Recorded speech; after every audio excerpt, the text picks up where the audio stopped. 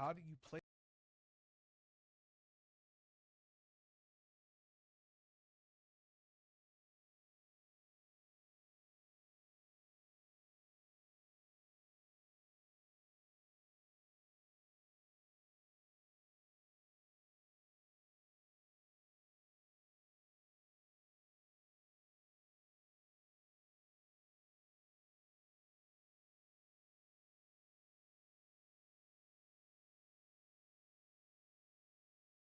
The Nintendo Switch 2 is sadly failing to meet buyer expectations. The Nintendo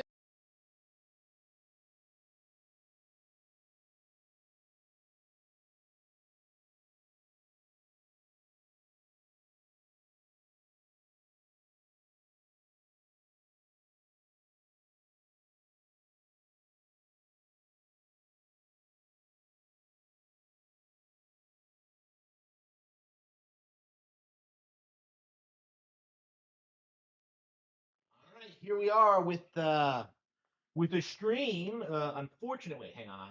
Sorry, I'm late. I was working out, and it took like 40 minutes to get through everything. So it's very unfortunate. But what the hell is this? Why is the bar so?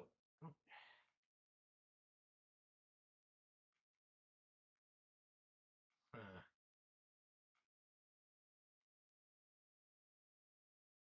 okay, I don't understand this. OBS just doesn't look right.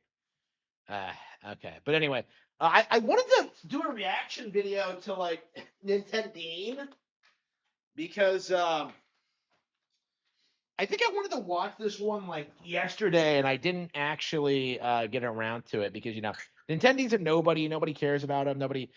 Nobody watches this dude. He's a fraud. But I wanted to like call this out because it's just such a meme. Like Nintendo needs first party games. uh I think it already has first party games. It has plenty of games that are already out, and it's getting plenty of games in the near future.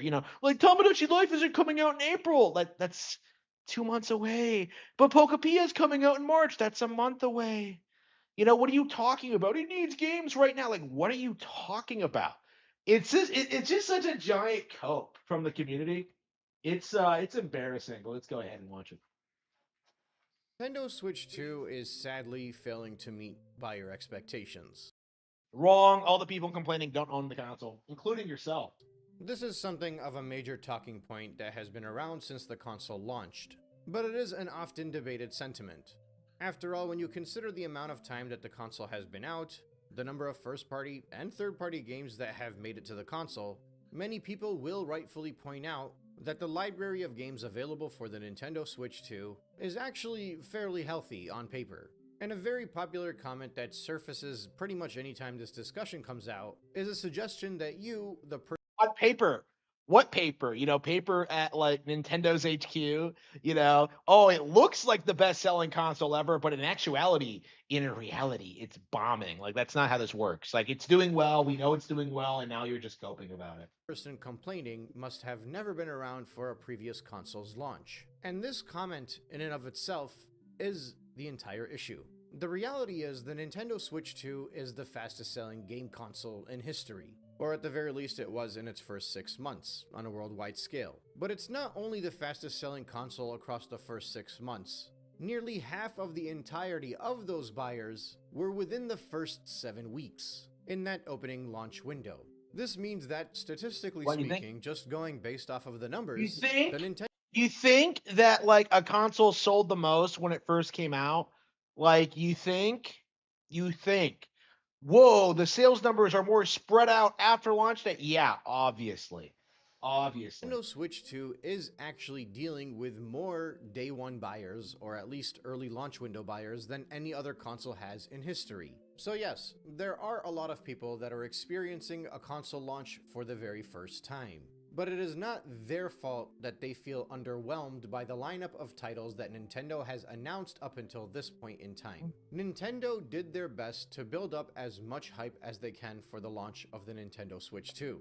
Part of that was extending the life of the Switch 1 for I do think it's really important to note what exactly are people playing on PS5 and Xbox Series X?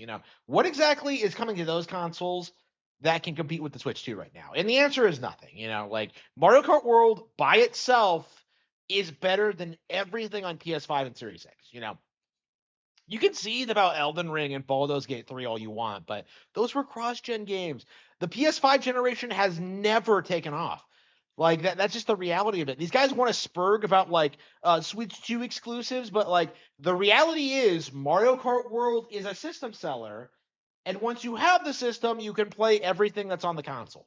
Okay, so that does mean older games. That does mean Switch 1 games. That does mean like Switch 2 editions. Like the way these people talk is that like everything that isn't like a Nintendo first party title that's exclusive to the Switch 2 is worthless. And that's very obviously retarded if you look what I've been playing lately. Let's see. Yeah. Double Dragon Revive, New Super Mario Bros. U, Lady Layton, Donkey Kong Bonanza, Rune Factory. That's also came out on Switch 1. Yakuza Kiwami, Pirate Warriors 4, Air Riders, Echoes of Wisdom, Final Fantasy 7, Crisis Core. Like, a lot of these games are available on other consoles, and that's okay. Like that's the weird like retardation of this is that like in the Wii U years the narrative was that like Nintendo needs third party games, they need these titles, they need these ports, and like now we're getting them. And now these people are saying that, like, well, those don't count. Those don't count as like new titles because I already played that.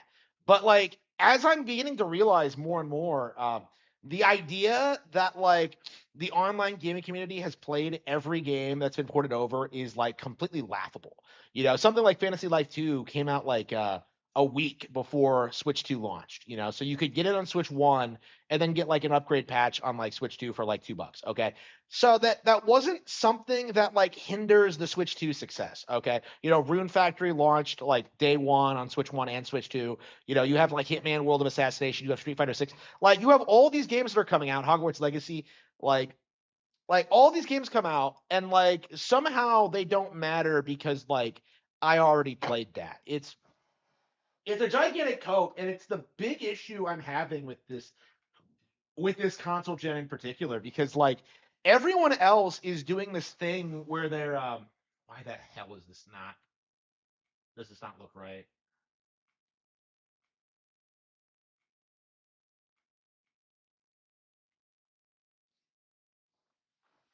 Like everyone else is like perfectly fine with like hyping up Elden Ring, which was like released on 5 different platforms initially, including last gen platforms. And now we're supposed to believe that like Nintendo is struggling because some games launch on Switch 1 and Switch 2. It doesn't make any sense. Like if anything, this demonstrates how like strong Nintendo is, the fact that like the Switch 1 is still getting support at this point. Like it's retarded, and yet like people like Nintendo are trying to spin it to make it to somehow be a negative for Nintendo. Like, oh no, people are still playing on their Switch ones. For as long as possible, delaying the launch of the Nintendo Switch 2 so that they can stockpile enough units to always Didn't happen. That didn't happen. That's never been confirmed. That's a rumor. What? break records through the first year of its life, since obviously every other console through its first year was severely supply constrained. The momentous build-up towards the launch of the Nintendo Switch 2 cannot be understated. The expectations for everybody that came into this console, especially those first 6 million people that bought it in the first 7 weeks of the console's life, was that they were walking into an event, an occasion, a Nintendo generation that was going to hit the ground running. Especially because through the last 2 or 3 years of the Nintendo Switch 1's life, it halted to a very slow and painful crawl. No. Nintendo delivered. No. He's gonna try and say the last 3 years of Switch 1 were bad.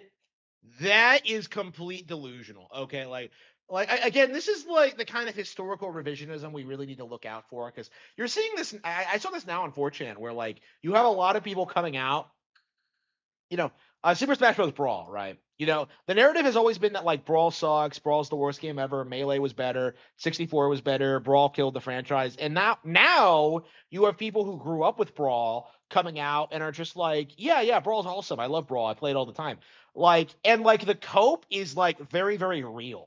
because like people like brainwash themselves into thinking Brawl was this like universally reviled thing, but in actuality, like Brawl has a ton of fans who unironically love like Subspace Emissary and like everything that game did, like with the content and the characters. I love Brawl, right? I would argue that like I like Melee more, but that's just a preference thing. Like the hate and contempt for Brawl is like so misplaced and retarded that like it really should be studied as just a case example of just how delusional Nintendo haters are. For a long time, it was like this universally accepted thing that like Brawl was this huge disappointment. But the reality is that it was a huge hit and a huge success. And this is a good example of what we're going through now with the Switch 2, right? Where like people like Nintendo are coming out and making a career out of like the Switch 2 failed, it doesn't have any games, like Nintendo's finished, and then like in actuality, people like myself are playing it every day. Okay, like the reality is Nintendo is a dipshit trying to push his agenda, and it's not going to survive the test of time. It's gonna like his talking points are gonna be some fringe internet weirdo bullshit like 20 years from now. On having the consoles available, but they were and have been unable to deliver on the software to match that initial hype. I saw a statistic the other day that it had been over 1,000 days since the launch of Tears of the Kingdom. This would effectively put us in the longest window of time from a launch of a mainline Zelda title to the announcement of its follow-up. No! Is this retard? So you're like ignoring like Echoes of Wisdom, the Zelda game we got just like in 2024. You're ignoring like, oh no, they haven't announced the follow-up. Like, what a giant cope. What a giant cope. So we're like keeping track of the days in between releases now. Like, how insane is this? That like we're seriously going like, okay, guys, it's been 3,000 days since Odyssey came out. Like, no other Mario game has come out in between then. Please ignore games like Bowser's Fury and Brothership, Mario Tennis, Mario Party, Mario Kart World. Mario Kart World. The gap between 8's release and that was even longer than that. You fucking retard. So like, I don't even know who he's trying to fool. Like, what's he talking about? It's been 3,000 days since Odyssey. Who the fuck cares? Play another game. You guys are the Nintendo equivalent of like Harry Potter fans. Like, read another book. Like, come on. 3D Mario, we have not seen anything about 3D Mario, a brand new one, basically ever. Not since Odyssey launched in 2017. It's been about a half a decade since Animal Crossing came out and were treated with updates and upgrade packs, and this seems to be with updates. Wow. I remember a couple of years ago, people were bitching about not getting any more updates. And now, like, you have Nintendo bitching about getting an update. It's ridiculous. Like, this is the kind of thing you have to watch out for and call out when it happens. Like, again, this is a good point. Like, you're going to say Animal Crossing, the biggest game on Switch, the biggest Switch exclusive there is, getting an update on Switch 2 is not a big deal. Like, you were going to tell me that game getting an update is not going to move units, that it's not going to like sell a lot, that it's not going to like revitalize the game and like keep it on store shelves. You were going to tell me that Animal Crossing isn't going to move units, like doesn't count as a major Switch 2 exclusive. Like, again, this doesn't make any sense. Like, that's just my mindset looking at this, is that like he's just making excuses to bitch. Pattern with all of the main franchises for the Nintendo Switch 2. The reality is, when people buy a Nintendo console, they want those mainline first-party IPs. They want the big... Oh, yeah, sure, right. Is that why, like, the N64 only launched with Mario 64 and the GameCube launched with, like, without a 3D Mario or Zelda? It's just like, what are you talking about? Oh, they have to have everything day one. No, they fucking don't, okay? No, they don't. I don't think the Game Boy Advance had a mainline Mario entry at all. Yeah, it didn't. No new 2D Mario. They relied entirely on ports for that console. So like, we didn't get a 2D Mario again until like New Super Mario Bros. On DS. So yeah, this guy, like, this really does need to be understood. Okay, like we really do need to talk about how the coping about Nintendo Switch 2 isn't going to fly anymore. Like, if you own the game already, you can just upgrade it. And if you've never played it before, it's a brand new game. We need to talk about how the multi-plat thing is something that these guys are glazing over. And we need to talk about how it's perfectly normal to wait for a new release of a new game. Okay, like that's a perfectly normal thing. Like, there's a reason these guys have to like be hyperbolic and say things like, "Oh, it's been 1,000 days since Super Mario Odyssey." Like, hey, you know what's come out since then? Mario Wonder. A 2D Mario game that went through an even longer release gap, right? Again, like these guys have to like hyperventilate and like divide things by series. It's not enough to get a new Metroid game. It has to be a new Metroid Prime. It can't be a 2D Mario. It has to be a 3D Mario. It can't be a spin-off Zelda where you play a Zelda. It has to be like an open world Zelda. Like, this is the kind of retardation we're dealing with here, is that they are being incredibly restrictive on like what counts as like a major Nintendo Switch 2 release. And this is a giant cope and really should get called out for what it is. Hitters. Remember, due to the supply constraint of the Nintendo Switch 1, not By the way, Mario Kart's bigger than like all of Nintendo's IPs, so like the entire idea that like the Switch 2 doesn't have any major hitters is retarded from the that onset. many people were able to buy it in its first 6 months. So if somebody was finally able to get a hold of one in the 5th month of the console's life, they would be able to squeeze over 400 hours into Legend of Zelda Breath of the Wild, and then if they were to get bored of that game, which took a very long time for most passionate gamers to get through, they then could immediately shift over to Mario Odyssey, which on the lower end would also give people 30 to 40 hours plus of game time. Mario Odyssey came out like 6 months after. Yeah, it was 7 months after Breath of the Wild. What are you talking about? We haven't even hit the seventh month period. Like, that's not going to be until February, right? No, no, no. Yeah. This is the seventh month, and February will be the eighth. Okay, so like we're getting Pokapia, we're getting Tamagotchi, which are really big games in its own right. We're getting a Nintendo Direct announcement. So like, what is with this hyperventilating about not getting major announcements? It doesn't make any sense. Like, a Direct is coming. Like, what are you talking about? When it comes to the Nintendo Switch 2, the only exclusive titles that have mainline appeal have Wrong. effectively been Mario Kart World and Donkey Kong Bonanza. Mario Kart 8 Deluxe was there on the Nintendo Switch, so the value of Mario Kart World basically cancels out with that title. Donkey Wait, Kong what? Bonanza just could not live up to what neither Breath of the Wild or Mario Odyssey No. provided. Did he just imply that because Mario Kart 8 Deluxe exists, that like they somehow cancel each other out? That like somehow like people will buy Mario Kart World but never pick up like 8 Deluxe or vice versa? That's retarded. Like, if you're a fan of one, you're gonna pick up the other. Like, I hate this talking point. It's like it's so asinine and retarded. Like, it's so stupid. Like, I just can't wrap my head around how dumb it is. In fact, the average person probably spent about half of the time on Bonanza as they did on either of those other two titles. And even then, we're looking at a release date for Bonanza that was back in July. Back then, there were already 6 million buyers of the Switch 2. So we're approaching almost half a year without another mainline game that's not considered a niche spin-off or a relatively low-performing franchise. As far as first parties are concerned, Nintendo They they announced Fire Emblem. Do you not understand how big Fire Emblem is now? Like, do you not understand how obsessive Fire Emblem fans are? Like, that's just dumb.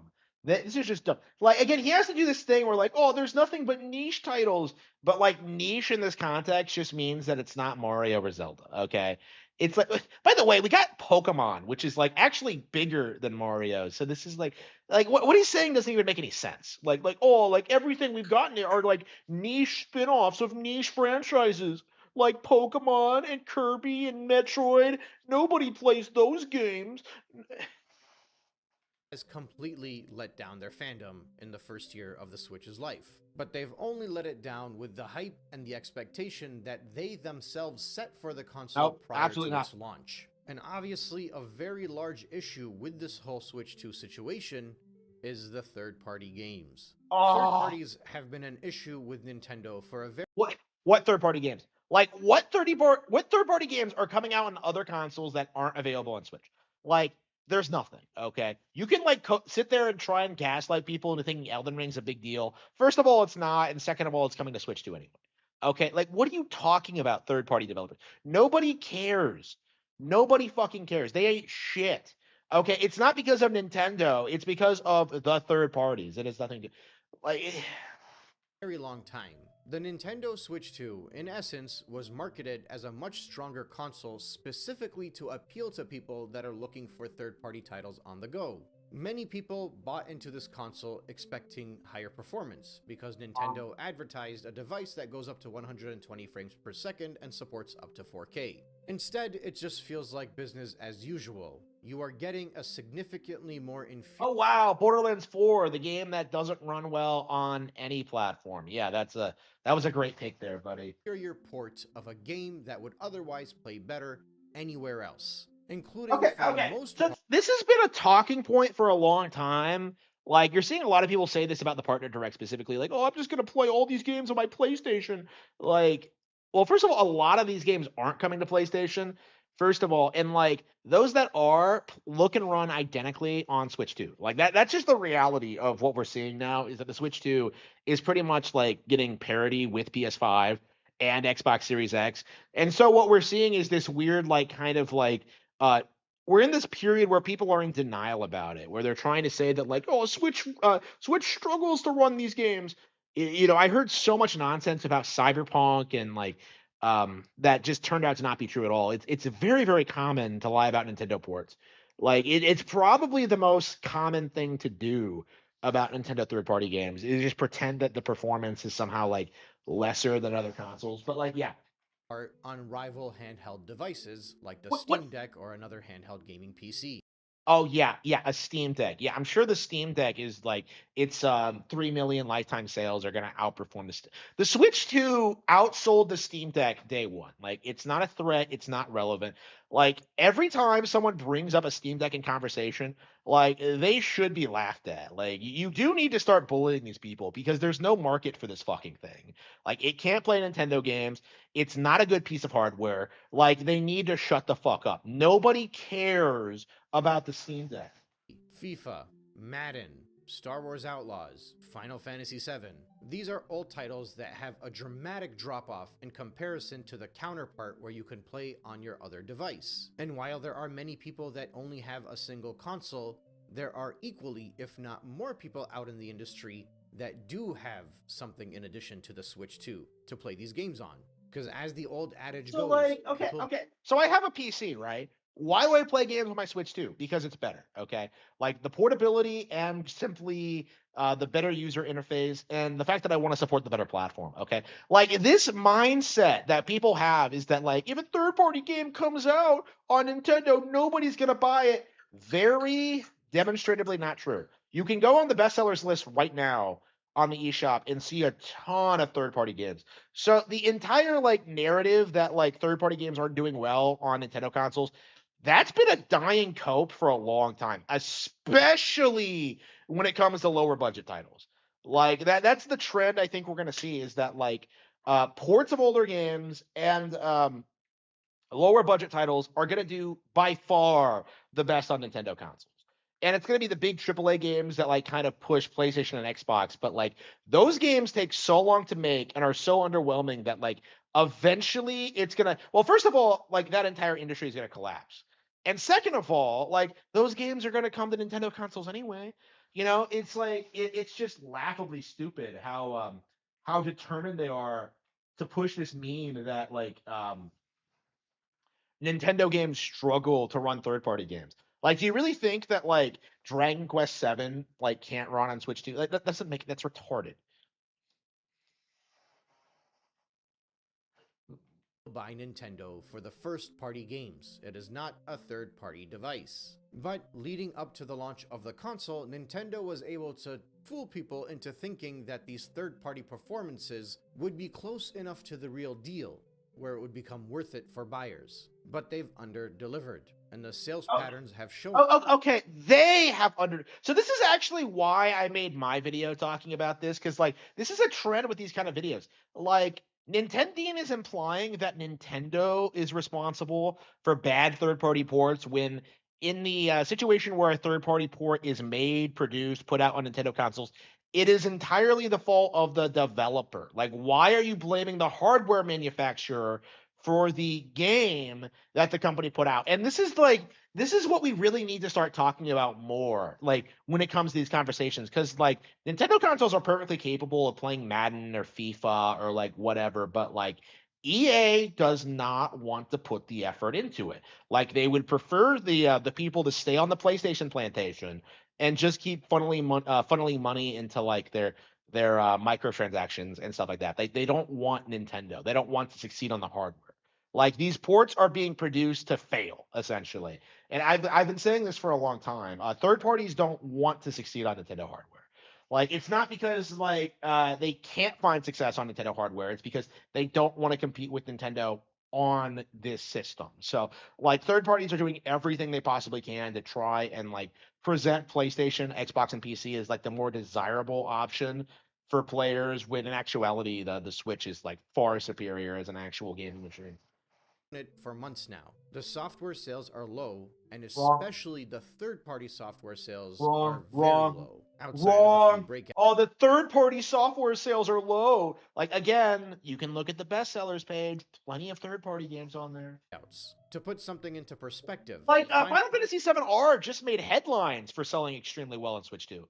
So like this entire talking point that like the third party sales are like really really low on Switch 2, like it really needs to die. You know, it was never true. There was never any real data to back it up. It's just conjecture from people like Review Tech USA. You know, like absolute dipshits who can't even feed themselves. Okay, like Review Tech USA lives with his parents.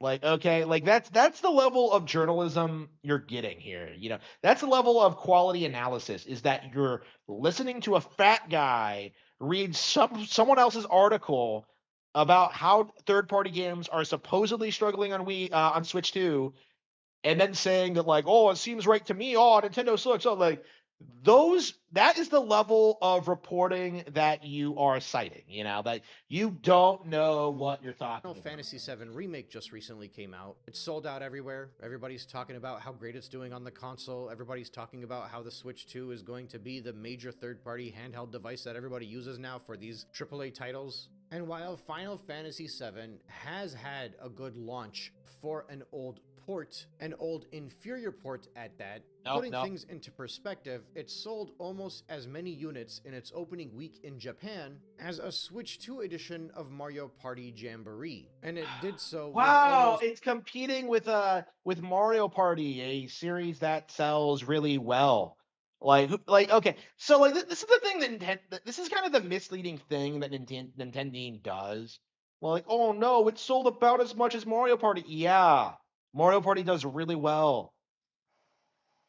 double the user base that Mario Party Jamboree had when it launched. If you assume similar patterns on a worldwide scale, effectively, one of the most popular games in history, at only $40, had a launch that was comparable to an $80 port of a Mario Party title from last gen. It's not because Mario Party was selling well. It's because the Yes, expectation it for was. third-party games on this console are significantly lower than anybody has. So when something like Final Fantasy does well, the definition of well or good or overperforming is not scrutinized to the extent it needs to be. The issue Oh, is when come third party on. What a giant cope. Do you really think that's true? Like, do you really think that's true? Like, what a fucking retard. Like, no, it's not. The people just didn't look into it enough. It's not really doing well. Like, ignore the numbers, ignore the eShop charts, ignore your lying eyes. Listen to my YouTube video. I tell it how it is. Oh, I'm so reliable. Ooh. Like, this is why you have been blacklisted. games come over to the Nintendo console, they very much feel like ports from something that belongs elsewhere. If you ask a random person around the world which console they associate EAFC with, or FIFA, you know, just one of the best-selling games of all time in the entire world, and every single year it's always topping charts, where do they play it? Which console do they associate it with? Almost 100% of the time, they will tell you their PlayStation 5. And if it's not the Wow. Wow. It's almost like FIFA has been doing this for 25 years or something, and then this is nothing new. It has nothing to do with the Switch 2. Like, this is EA's business strategy. Like, it has nothing to do with Nintendo. Nothing.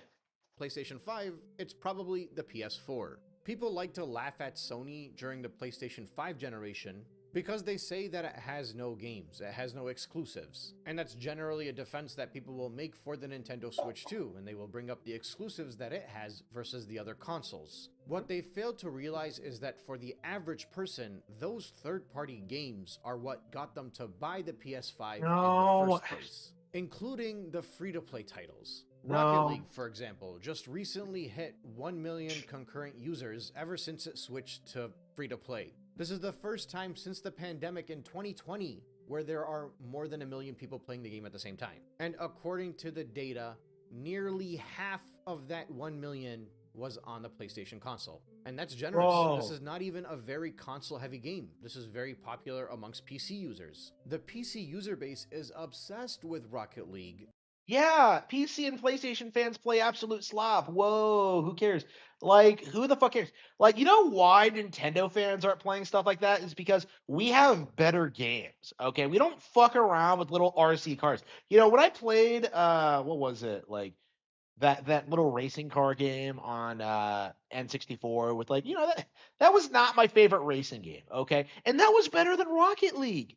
You know what I mean? Like, you're delusional. And even then, it's only a quarter of the player base playing this game. Steam doesn't even provide Rocket League anymore, and even from that, roughly the same number of people are playing it on the discontinued Steam version in comparison to those that are playing it on Nintendo consoles. And I only bring up Rocket League because it's a most recent data point, and it's something that would actually favor fewer PlayStation consoles than most other games. Fortnite, COD, Madden, Nobody cares. NBA.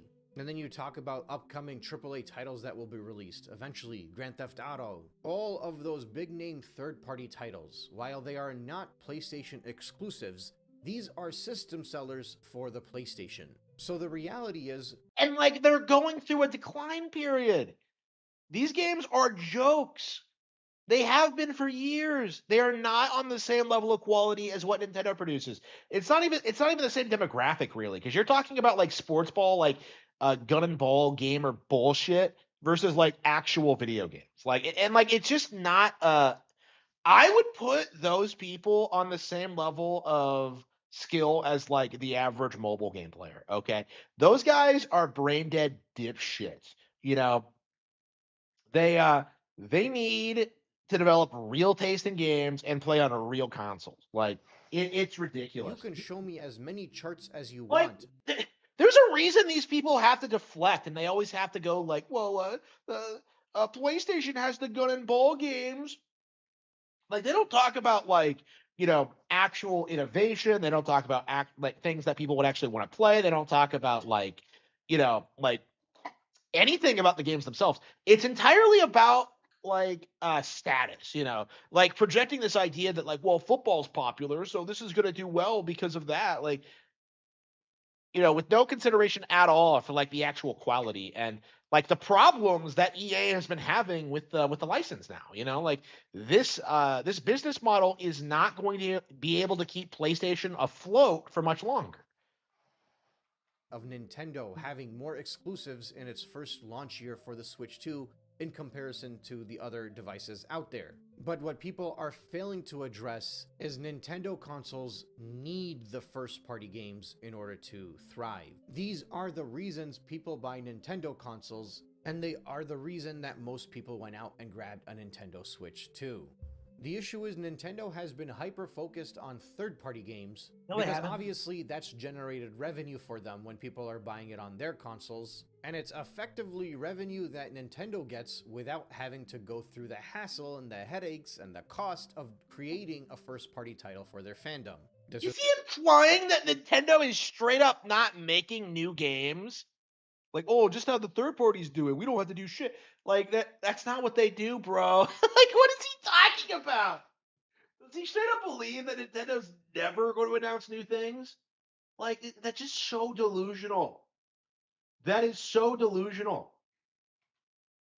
There's a very big reason why, despite not having many first-party PlayStation games this generation, Sony is still succeeding like crazy No, they're not. because, No, they're like not. I said, most people associate these third-party titles with the PlayStation console, even if they are available elsewhere. And obviously, And that is slowly changing. That's the issue that this retard doesn't understand, is that you are starting to see more and more players gravitate more to Nintendo versions of these games. Because first of all, we're actually getting the games now.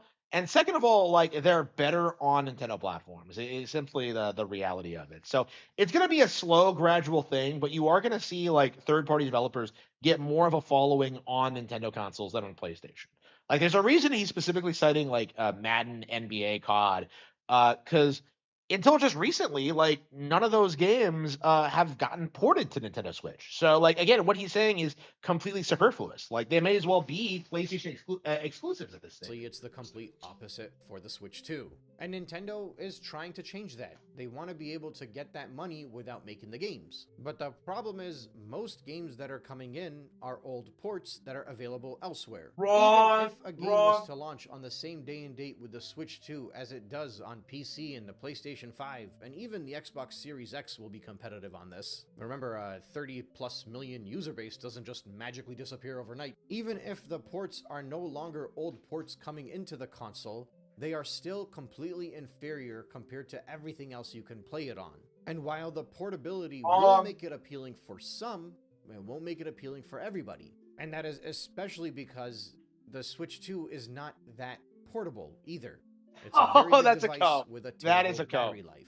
So there is a benefit That is a for the cope. portability, but it's not nearly as high as you would expect for these major AAA What a third-party cope. titles. That is a cope. Imagine arguing that the Switch isn't portable. Like, what are you talking about, you dipshit? Like, that is a giant cope. Are launching across multiple devices. According to the latest rumors, Nintendo's next Direct is going to be a third-party partner showcase. This is not what Nintendo Switch 2 buyers want. There will be a small portion of people pretending it's what people that have a Nintendo Switch 2 bought, and an even smaller portion of those people that are genuinely excited to see what third-party games are coming to the Switch 2. But this is as small of a subset of a population as you can get for a Nintendo console. Rightfully, this has created concern for many people, because if the partner showcase is going to be in February, you could very easily be looking at April or maybe even June until you see an announcement of another Direct for first-party titles for the Nintendo console. Which also could imply that for many Switch 2 buyers, they will have... Didn't we get like a partner Direct one year and then like a general one like a week after? Like, isn't that what happened last time? Why are none of these people bringing up the possibility that that's going to happen? At the very least, we definitely have Pokemon Day. Like, they've already confirmed that. Nobody's talking about that. Pokemon Day is at the end of February. So, like, this retard is sitting there, like, trying to say that, like, Nintendo is doomed. Like, what is he talking about? Bought Bonanza in July and then didn't play another game. Yeah, Ari, like, there are a lot of day one Switch 2 ports. You know, like, they're completely ignoring Pragmata and they're completely ignoring RE9. Like, the cope right now is that those games aren't going to do well because they're obviously going to be way better on other platforms. But, like, how do you know that? You fucking like, have you played the games? Have you done your comparisons yet? Like, people are just kind of making that assumption. And, like, for a game like Resident Evil 9 in particular, like, I really don't think that is going to be a thing. Like, it just comes off like a giant cope. You know, Maximilian Dude tried to do that. Like, oh man, it's the Switch version. Oh, like, it's going to look terrible, man. And I'm just like, what are you talking about? He's a paid Capcom shill, by the way. So, like, it's probably something that they straight up told him to do, is like to say this. Like, this is a major talking point with the influencers right now. And it really does need to get shut down now. Is that there is no reason to think Resident Evil 9 is going to be a lesser port on Switch 2. Or any of the other Resident Evil on that console, maybe not even booted it up until... I keep forgetting that's coming out in February. That just kind of shocked me. Over a year later. And that's only if a big hitter actually gets announced whenever that next Direct comes by. Because we could be waiting even longer for Nintendo to put out a first-party title if they spend too much time focusing on third-party splits in order to please their shareholders. What? Too much time focusing on third parties? What is he talking about? What is he talking about? Obviously, that's what it's all about on the end of the day. Historically, Nintendo used to have a president named Satoru Iwata. He was a gamer first. Now, he was still a CEO of a corporation. There's no need to overglaze him. But the way that he was able to bring so many people into the fandom and into the Nintendo atmosphere was focusing on the games first. Nowadays, according to a former Nintendo employee, after Iwata-san passed away, which happened back in 2015 sadly, it's very focused on the money. Iwata was adamant that their core philosophy should be on the game, not on the money. Come Now on. it's almost entirely on the money, which does worry me a bit. This quote was taken from a Eurogamer article in 2018. Corporations are never your friend. The bottom line is always the money, but the routes they take to make that money often can make the experience more appealing for gamers. And in the case of the Nintendo Switch 2, with the focus being primarily on the money, on the hope that they can get by through an entire console generation by making fewer games, hoping that third parties can pick up the slack, drip feeding the releases of not only every major first party game, but also drip feeding the announcements to bring out those games to generate headlines and hype, while also drip feeding the upgrades from the Switch 1 titles to Drip feeding. Like, okay, so the NSO cope has bled out into like typical Nintendo Directs now. Like people are complaining about games getting announced. That's how autistic this is. Like, what is the he Switch talking 2, about? which most people were under the impression would be ready on day one, and all the while also drip feeding the release of their classic titles on their subscription model, even though every single one of those classic games is ready as a ROM today, now, and they can just put it all up on there for fans to enjoy. The It's come on, don't be a retard. There are like licensing agreements for third-party games. Like there are reasons why they do it this way, right? primary focus for Nintendo Like is there's no reason to drop it all at once. Is like my thing. You know, there are plenty of NSO games I've never played. It's just is it's a on the drop. ability to make money without spending money. There are no risks to be taken from this company anymore, and the risks are what often led to some of the best experiences any Nintendo gamer has ever had. They've been met with financial failures, sure, but they've more than made up for the losses that they saw on the Wii U days, and they made sure that every single one of those games that failed on the Wii U made some type of an appearance on the Nintendo Switch 1 in the following generation. Not every Wii U game got ported. What are you talking about? Devil's Third hasn't gotten ported yet. Woolly World hasn't been ported yet. Nintendo Land hasn't been ported yet.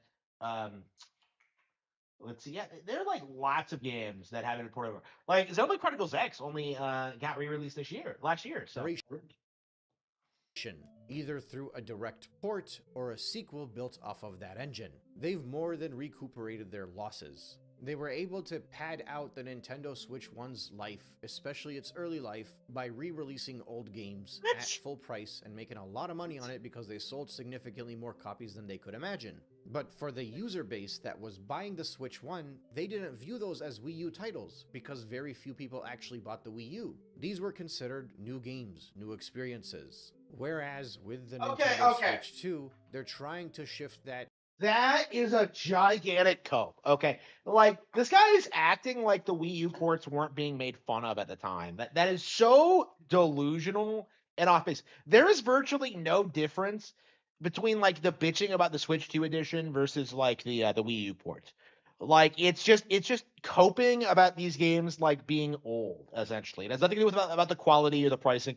Like they're basically just bitching about these being old games. Into upgrade packs. The problem is an upgrade pack, which at best might give you a few hours of additional content, won't be able to hold the attention of gamers nearly as much as those Wii U ports did. So while Nintendo is able to scrape in an additional $20 here and there from the people that are willing to upgrade these Switch 2 versions, it leaves the gamers starving for more, for a reason to play their console. Not everybody wants to just play a last-gen game with some additional upgrades. Not everybody wants to just play a last-gen game with a better performance. Historically, Nintendo fans do not care about performances of their titles. Is that why you complained about like the frame rate early on? You fucking disingenuous fuck. So like again, he's like, oh, Nintendo fans don't want to play old games. They don't want to do this, that, and I'm just like, well, don't like just play the Switch 2 exclusives that do exist. Like, what are you talking about? Like, I don't get it.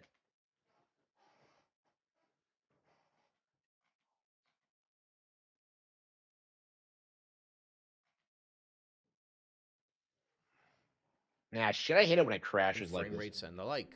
That's why there are so many people that are happy about inferior ports that have come to the Nintendo Switch 2. So for those people that don't care about an additional DLC that'll give you a couple hours of game time and aren't too bothered by a slight upres and maybe a quicker frame rate, they are still left waiting for Nintendo to release the first party titles that they bought the console for. Or at the very least, to let people know that those games are coming and when they are coming. The lack of communication between Nintendo and the fandom is perhaps one of the biggest losses that we've seen in the past console generation. And this has obviously largely happened because you substitute. Wrong. What's he talking about? He's acting like the Direct was fucking canceled, and they say that like Nintendo's never gonna put out another one. Like, this is so utterly delusional that I cannot take it seriously. Okay, who is he trying to fool? Who is he trying to fool? Like, it doesn't make any sense. There's nothing coming out. Like, I'm buying like I think at least 4 games in February. You know, I already bought Dragon Quest VII. You know, I thought about picking Final Fantasy VII R, but I think I'm not gonna like that. You know, like Pokepia is coming out early March. We got Tamagotchi in April, right? Like, Pokemon Day is coming. Another Nintendo Direct is coming. What do you want them to do? Is kind of my question. Like, what exactly has Nintendo done to alienate their fans? Like, it just hasn't happened. You're making it up. It's fiction. Faces that enjoyed interacting with their audiences, faces like Reggie Fils-Aimé and the deceased Satoru Iwata, with nothing but corporate figureheads that are afraid of cameras. And those corporate heads did not bother to hire somebody that is willing to face the audience and deliver the messages that need to be sent out, and make the promises of the titles and the games that people are looking for. Nintendo used to approach their customer base as if they were their friend, equally as excited. So this retard, he's gonna claim that like Nintendo's not your friend and that like never trust corporations, and then he's gonna turn around and he's like, oh, but it was different when Iwata was in charge. Oh, he was my buddy. He came up to me like he was my best friend. Like, okay, it's hypocritical. It's hypocritical for one thing, right? He contradicted himself, but like the other side of it is like, no, of course Nintendo isn't your friend. Like, why would you ever imply that they are? It just doesn't make any sense. He was my best friend. Oh. For the games that they were going to play, as Nintendo was to make those games. This is the reason why there was always so much affinity between the fandom and the corporation that was making the games. But now Nintendo has largely banked on the expectations that people have for this console. If back in April, Nintendo was clear about the games that were coming out from then until March, I'd wager that more people would have gladly waited to buy the console. And likewise, if they were to come out now and say that the new 3D Mario title was not coming out for another 2 years, or that you wouldn't get a Smash Brothers for another 2.5 years, or that Zelda might not come out till the end of next year, the reason they won't do that is because Zelda won't come out until the end of next year. It's going to be a lot longer than that.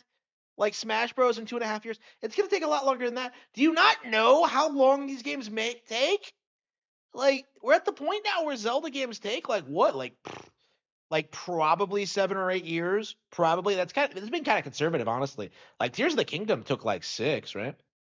Like, okay, so Tears of the Kingdom had a really lengthy development cycle, even though they reused the map. Okay, it's not unreasonable to assume that we won't get a fully fledged like next gen Zelda game until like 2030. Okay, and that's fine because that's a 7-year gap between like Tears of the Kingdom and they had to like completely reinvent everything and come up with new concepts. Like, I'm perfectly fine to wait, but this retard, he's gonna sit there and say like, oh, they gotta have it out by next year. Like, what are you talking about? No, they don't. They absolutely do not need to do that. Like, Tears of the Kingdom is still perfectly fine. People are like discovering Breath of the Wild all the time. Like, there's no reason to rush out a new Zelda ever. Okay. Like, they can put out like spin-off titles like Hyrule Warriors, like Echoes of Wisdom, which by the way he kind of neglects to mention in this. But like they don't need a fucking new entry. Like, what are you talking about? A time limit on it. Now people start to think, oh, I can just wait and buy it later. Instead, with this lack of communication, they continue to thrive and build up an immense amount of hype for this game console. They allow speculation to take the reins. They allow message boards and YouTubers and media outlets. If you listen to message boards and YouTubers about what's going on internally at Nintendo, you're retarded. And I've been saying this for years, but like nobody fucking cares about what YouTubers say about anything, okay? You get like what, 20,000 views per video? That's nothing. Nobody cares. Like, and half of them are probably from people like me making fun of you, okay? Like, it's just delusional. They let them gaslight so many people into thinking that the next big first-party title is coming. And it puts people in a position where, in their minds, they're buying a Switch 2 because they're about to get a plethora of Nintendo first-party titles. They are! Even though some of the ones that they're actually buying it for might not be coming out for another 2 or 3 years minimum. So you play the ones that do! Like, this is the issue with these people. There's a reason they hyperfixate on, like, Mario and Zelda right now because, like, well, what about everything else? We're getting a new Donkey Kong. We got a new Metroid Prime. We got a new Pokemon. We got a new Kirby Air Riders. Like, we got a new Mario Kart. So, like, why don't you just play the games that exist and then just look forward to the announcements that are coming? You know, like, and that's the problem with this, is that it's so entitled and ridiculous. Like, I need a new Zelda game now, mommy. Hype, this intentional lack of communication, this reliance on headlines, reliance on gaslighting, reliance on people's emotions, while it led to the Switch 2 having the fastest 7 months in history, it also led to the Nintendo Switch 2 being the fastest console to make people question their purchase, to make people wonder if it was actually worth it. They have their devices sitting on shelves collecting dust. They have buyer's remorse. They are who does? Purchase. There has never been a larger rise up in hype for the release of almost anything in video gaming history as the Switch 2 has had. And because that hype was all manufactured based off of effectively nothing, there has equally never been as massive of a drop-off in interest in a brand new console as there has been with the Nintendo Switch 2. Talk about hyperbolic. This upcoming Nintendo Direct is going to be a third-party Direct means all of that hype will just simply continue to dwindle away. I can't believe he spends, like, he makes one video a day. Like, he makes one video a day bitching about this shit. It's embarrassing. Like, grow the fuck up. Like, unbelievable. I just don't get it. Like, is this guy delusional? Is he coping? Like, I just don't understand, like, who he's trying to fool with this. I just don't get it. Okay, so here we are with, we're switching over to gameplay. There wasn't any other stream to react to. I thought about like watching Review Tech USA's stream, but like I don't think anyone cares. Rich is like a nobody, so okay. I don't okay. So I was actually interested in this when it came out, but there was no way this was gonna be good. Like no fucking way. I'm a huge Spy Family fan. Probably one of my favorite manga series right now. But like when I saw this, I'm just like, there is no way this is going to be good. No fucking way. So I didn't buy it. I got it at the library, and I'm just like, hell yeah, we are gonna play some Bandai Namco like shovelware slop. So like, okay, first things first. Spy Anya. So like, you only play as like Anya in this, and it's like, what the hell are you doing? Like, I don't understand how hard this is to do. Like, I would want to play as Twilight.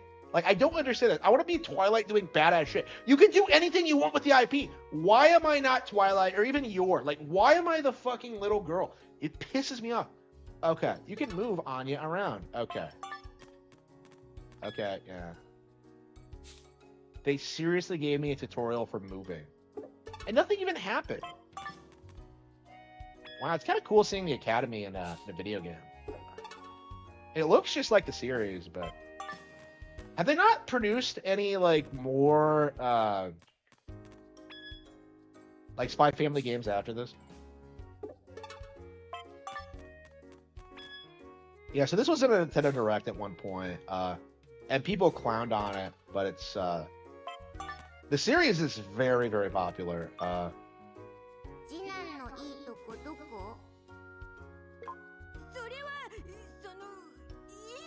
He has low. Oh, come on.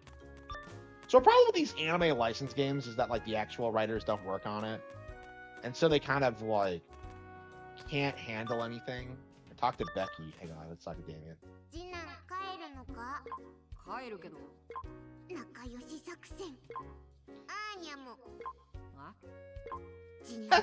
Wrecked. BTFO. Yeah, BTFO. Shut down.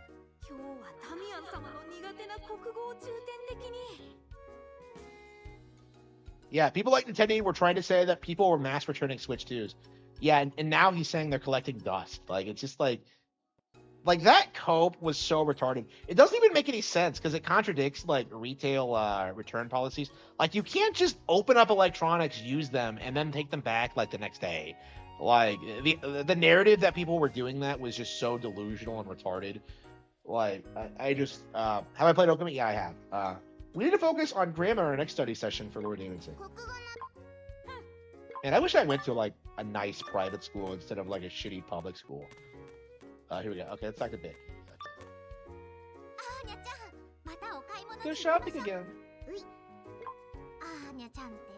You really are just a kid. What is she talking about? I'm 4. Okay, talk to Damien.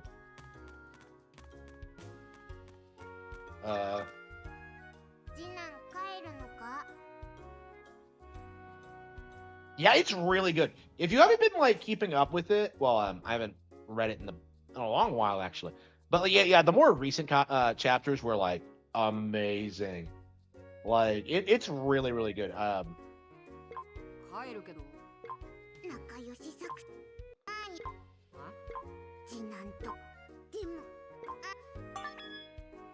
I already talked to him. Why did I have to do it again? School's over, so it's time to head home. What? We didn't learn anything. Head to the corridor, fire the... Wait, what? Okay. Again, these anime games are structured so strangely.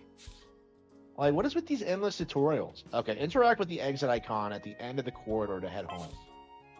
And as a shortcut, you can also press this button to head home. Oh, you can just go home with the minus button? That's crazy. Yeah, let's get a look around. Is this, like, accurate to the actual school map? Oh, come on. Spy Family is better than whatever. Yeah, it's definitely better than, like, Chainsaw Man and, like, Jujutsu Kaisen, Witch Watch. I'll have to look at, like, all the series that go on. I think it is the best ongoing series right now. I'll have to check a complete list. And there's plenty I haven't, like, read a lot of. Because I keep hearing Undead Unluck gets really, really good as it goes on. I didn't like the first 5 volumes, but...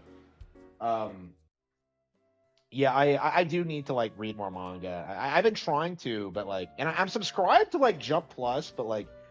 I hate reading manga on my phone, and I really need an iPad for it. But, yeah, I haven't been able to do it. It's literally me and my hot as fuck wife. Okay. Okay.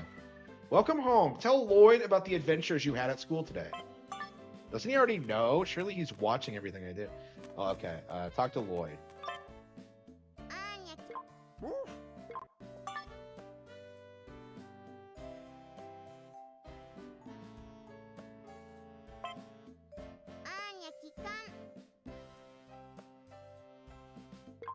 Yeah, I'm kind of surprised at how, like, expressive it is. It looks good. Yeah, so this is like a little girl simulator, I guess.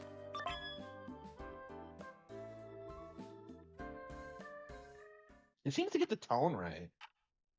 Like, in theory, you could do a lot with Spy Family games.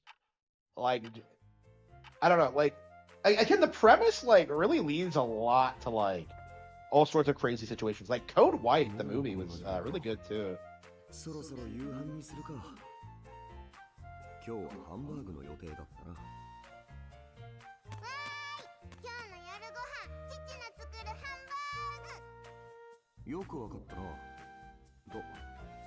Yeah, good guess. I really need to get caught up on this.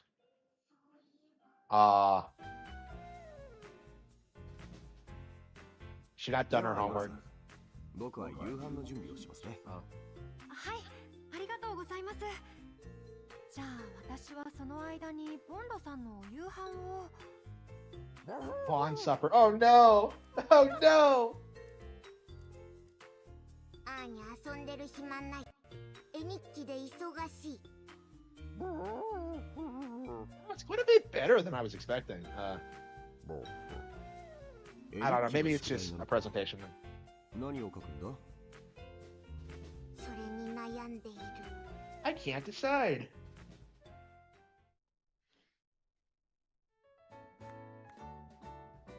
本日はここまでとする。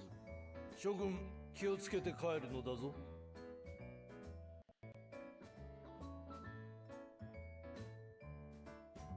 You don't actually do anything in class? 課題で出た絵日記だけど、何書くの？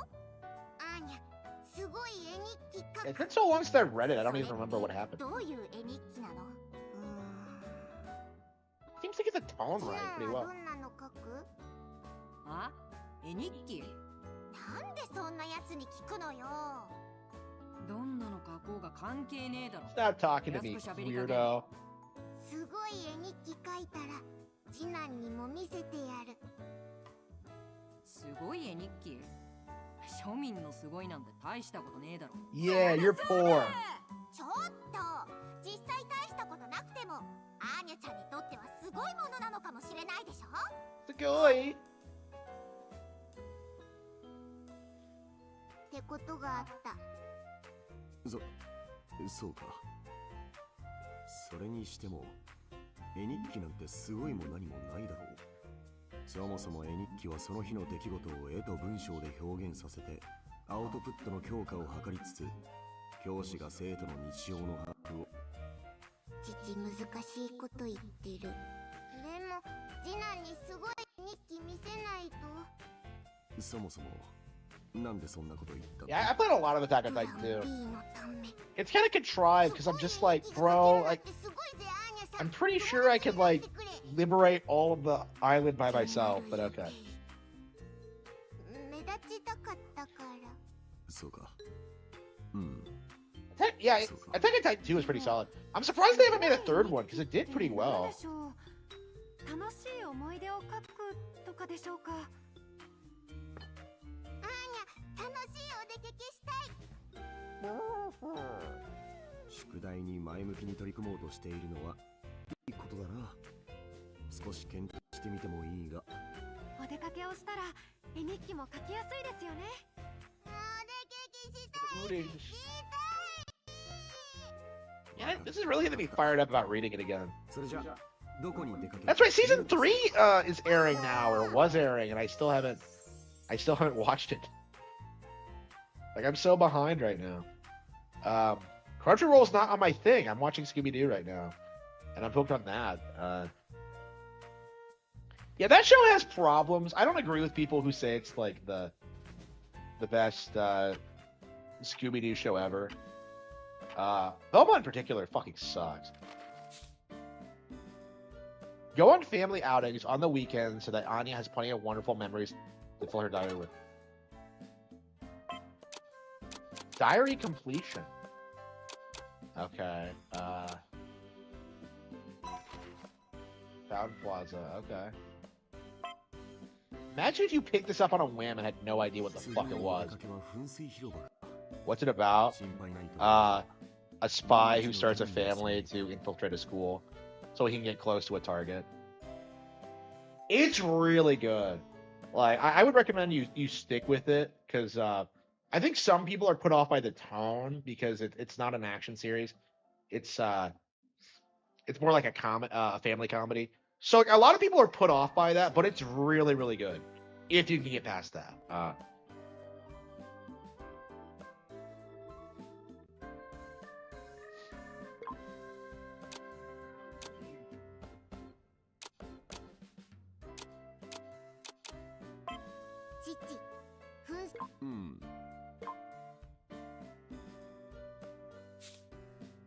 You can see which outing items Anya wants to bring along with her. Press the button for the store to go buy an outing item. Wait, what?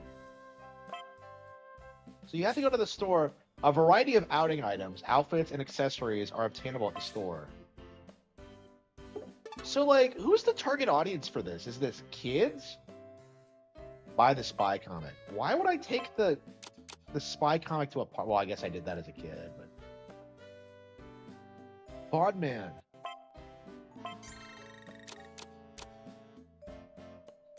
I do you. Okay, outfits. We don't have any outfits. Accessory hats. Okay. Sakamoto Days. Sakamoto Days is more like, it's a little bit different. It's not as good in my opinion. I do need to read more Sakamoto Days. I didn't read enough of it. I stopped at like volume 3. I really didn't care for it.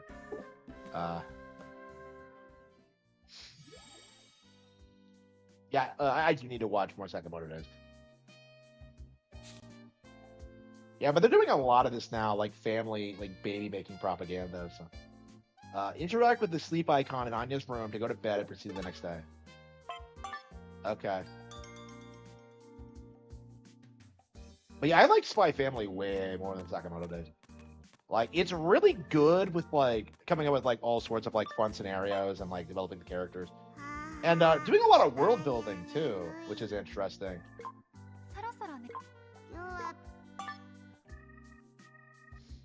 Mario manga? Is that? I've read Super Mario Adventures, but yeah, there's probably a bunch of Mario manga I've never read. Like, I don't know if it's like available here right now. I'm trying to get through like all the old Zelda ones, and then like I want to branch out into Kirby. But like, there's so much stuff I want to read. I don't know when I'm gonna be able to get through it all. So it's just a nightmare. I do have a Full Metal Alchemist at the on hold at the library, so I think I'll be picking that up soon, which is gonna be awesome. Like, I've been wanting to read Full Metal Alchemist for years, but like, I've been struggling with what version to start with, because like there are like hardliners who like the 2003 anime. You have like the Brotherhood fanboys. People will even defend the English dub because of Vic, and then you have like the original manga. So it's like I was very I was struggling with like, you know, what version of it to watch, and I even like started watching Brotherhood at one point, but yeah, I never finished it. Or I'm reading Berserk. Yeah, Narnia is awesome. I'm a big fan. I haven't read it in a long while. I'm planning on picking up again soon. I have like an old like physical copy, but like I'm kind of more concerned about taking it off the shelf. Like, I'm worried about damaging it. So like, I think I'm gonna buy like a new copy. Archie Sonic? Oh, come on. No, that's not gonna happen. Not gonna fucking happen.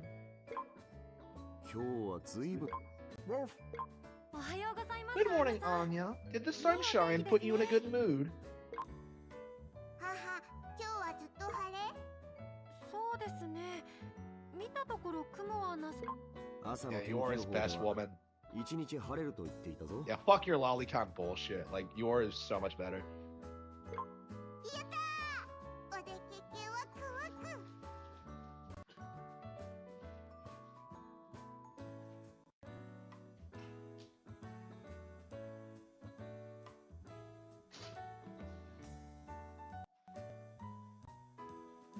Oh, it's my family. Look. I love my family. Look at that.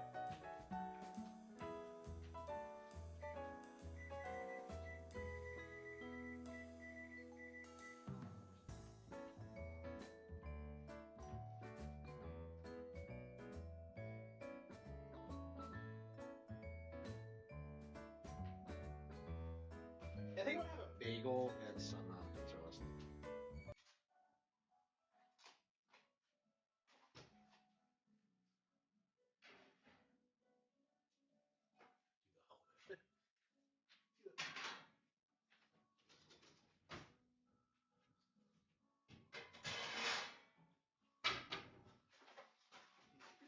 Yeah, make it pretty clear that I like that.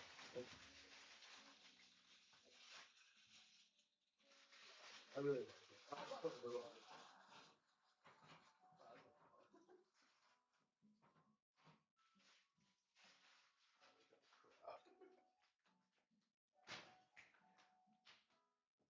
I didn't do it, but like I did do it.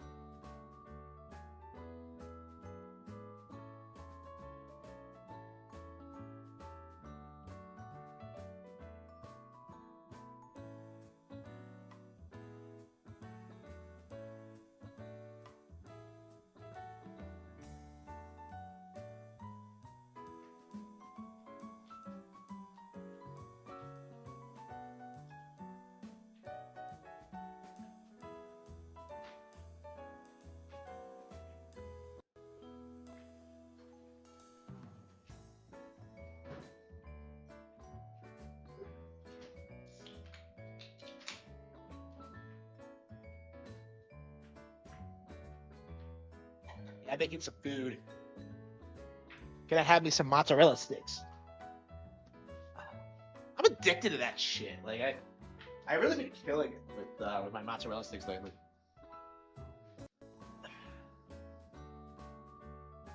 Animal Farm? Oh yeah, shit. Like, yeah, the Animal Farm one is.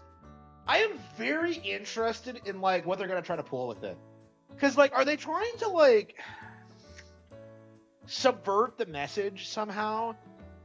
Like I don't know. It just feels like everyone involved is gonna try to undermine it.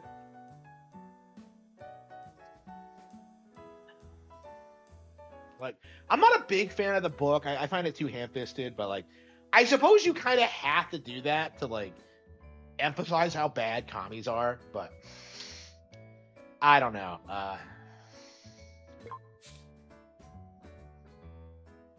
Choose what to wear on the outing.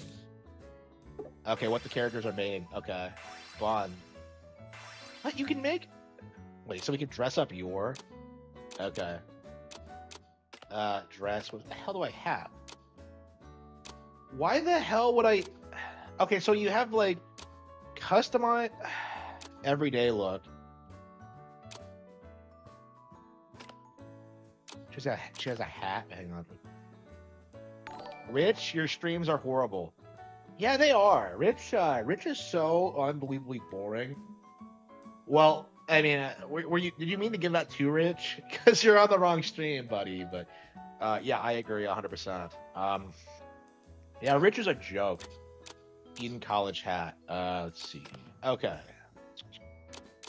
Outfit, suit. Okay, this suit's awesome. So we'll wear this. Hey, what's he wearing now?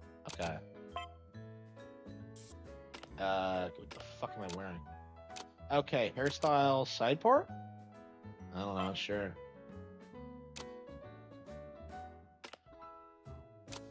Okay, sweater, red. Dress. Wait, you can make her go out in the assassin's dress? Not gonna fucking happen. That dress is hot as fuck. Wait, let's be real. Okay. Yeah, there's a reason most cosplayers go for the sweater look. Professional updo. Wait, is this the hairstyle? Ponytail. Yeah, the ponytail's not doing it for me.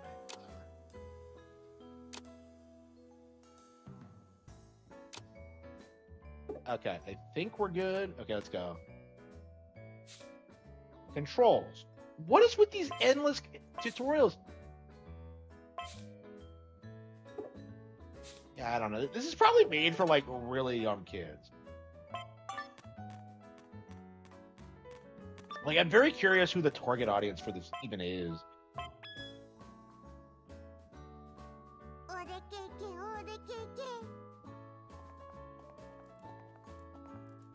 Why the hell was she doing that hand thing while she was walking? I don't think I've ever seen her do that.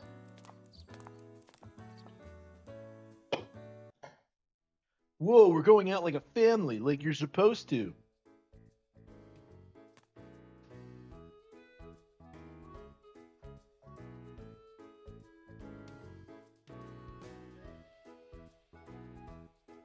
He's playing Napoleon? Fucking really?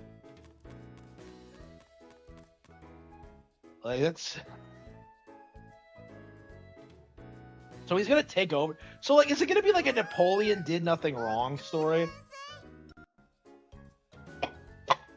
Because, like, the way it goes is that, like, Snowball gets run off the farm after a certain point, and that, like, everything becomes, like, Snowball's fault. Like, last good piece of... Like, Seth Rogen was never good, honestly.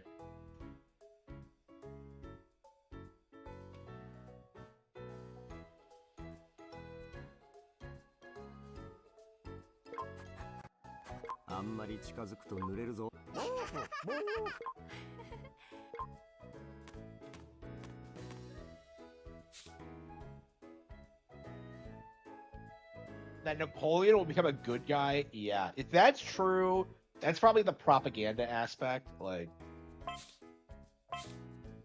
Yeah, that sounds about right. That's about what I would expect. Like, I don't know, like I was gonna make a video about this, but like it feels like the reason why like propaganda in the 70s, 80s, and 90s was so effective was because there wasn't any like opposition to it. But like we're at the point now where like shit like this is getting exposed before it even comes out. You know, no one's gonna take their kid to see this. Like it's just like it's not gonna fucking happen. Like it's just not effective. Like I think that's going to be a real problem for like the propagandists going forward. Is that like they don't know how to be good propagandists. That's a real issue they're having right now. You know, the Epstein Island thing, like you know, they have not been able to like cover that up. People know we're controlled by pedophiles now, and it's only a matter of time until like something's done about it. Uh, 噴水の水で20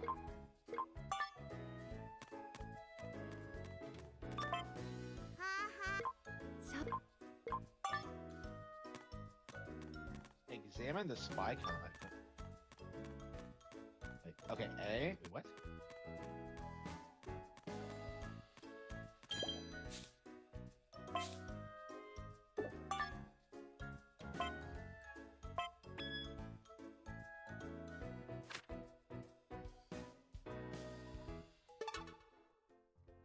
No, I've only just recently read the book for the first time, so I haven't seen any adaptations of it. I don't like watching adaptations of books in general because like Animal Farm is not an unusual occurrence. It's like something I think people really need to talk about. They butcher the text for things like all the fucking time. You know, even Harry Potter like butchered the text to a certain extent. So like it's very common to do. Like most people chalk it up to like being necessary for like the runtime or like just kind of like you know a necessity for film or to make certain characters more interesting, but like you really do kind of see like the angle they're trying to push. You know, like in Lord of the Rings, like Aragorn, he has to be talked into like being the king by like Arwen, I think. So it's like okay, he doesn't just go out and do it like he does in the book. Like he has to be talked into it by a female character, you know. Like you know, that's the propaganda aspect of it is making like a female lead, a female character who didn't really do anything in the book, like way more relevant than she actually is. So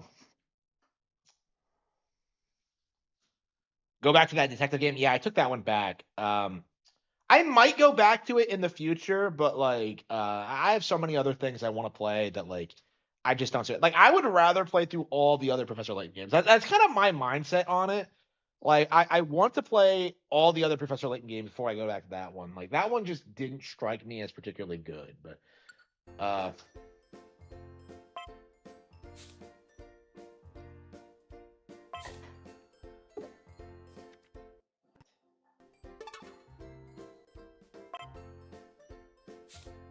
so is your taking the photo?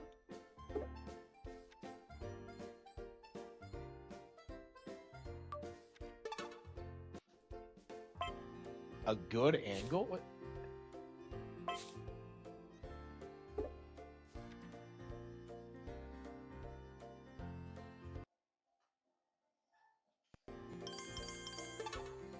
You captured a great reaction.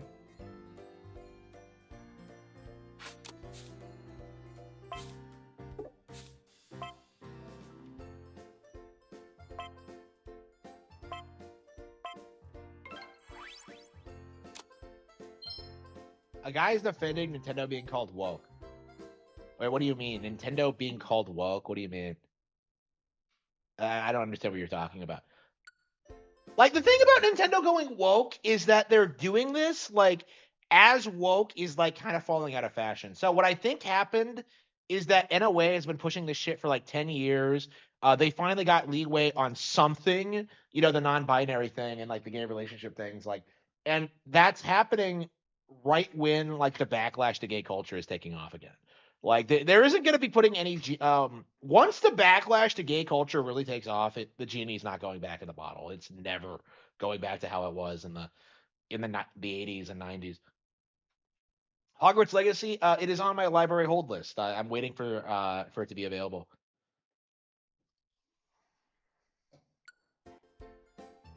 Take photos at the Fountain Plaza featuring the following items to unlock.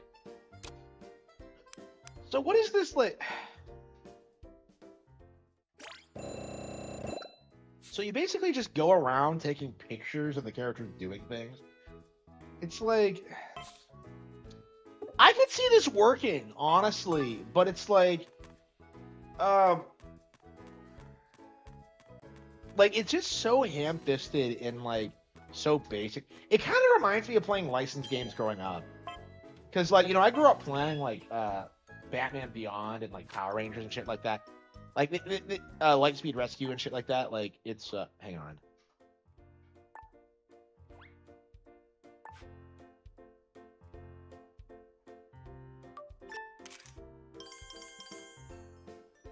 Spies in the trees.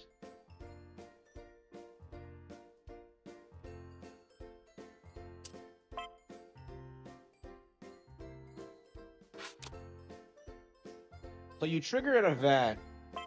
You try to figure out yeah,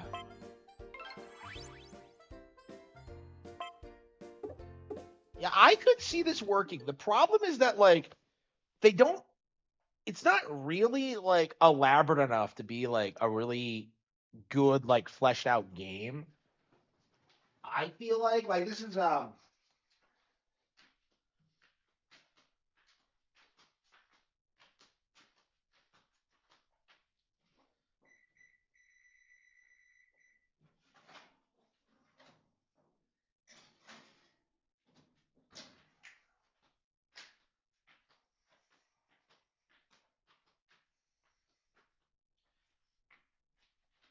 like it's doing that thing that a lot of licensed games do where they try too hard to be like the source material instead of like innovating and like doing something like wildly different. And it makes sense considering where Spy Family's at right now.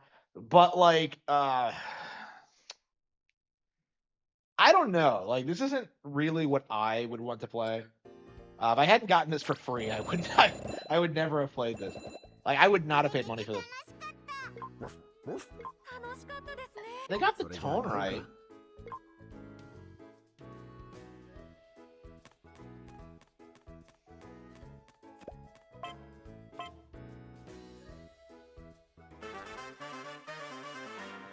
Oh hell yeah. We actually get to use it. Kino.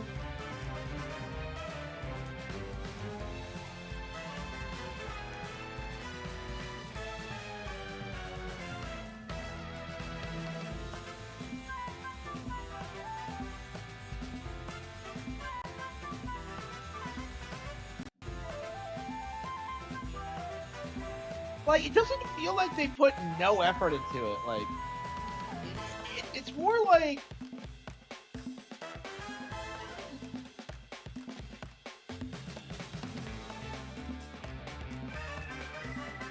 But there actually are Twilight and Your missions? Really? Fucking really? So why is it not called Spy Family if you actually do get to play as the others? So, like, the reason they called it Spy Anya was because, like, you play as Anya in this, and they didn't want to, like, disappoint players when they realized that you can't play as the entire family. You think RGE likes Yuri? I have no idea. I've never actually seen him, like, be a Yuri bro. Like, I've seen him, like, do that thing.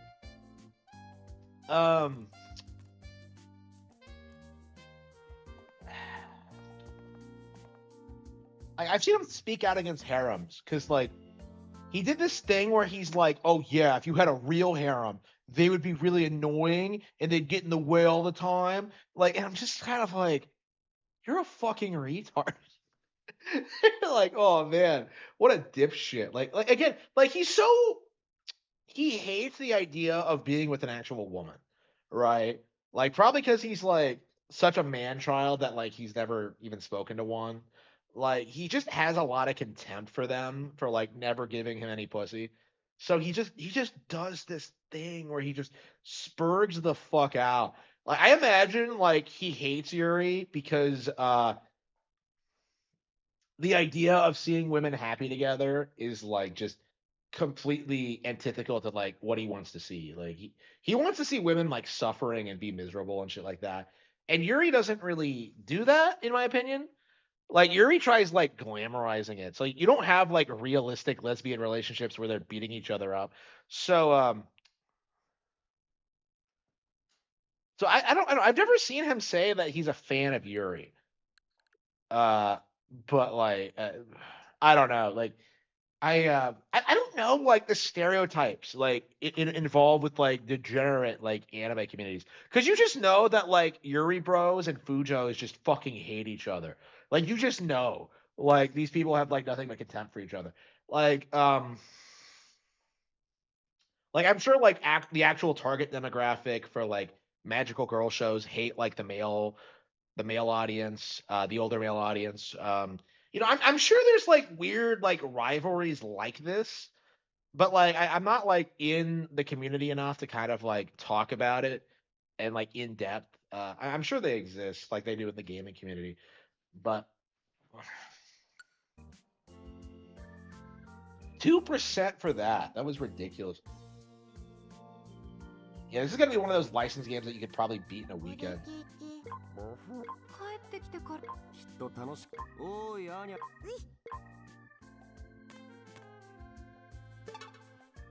Talk to Lloyd to begin a family meeting to decide where to go on the next outing.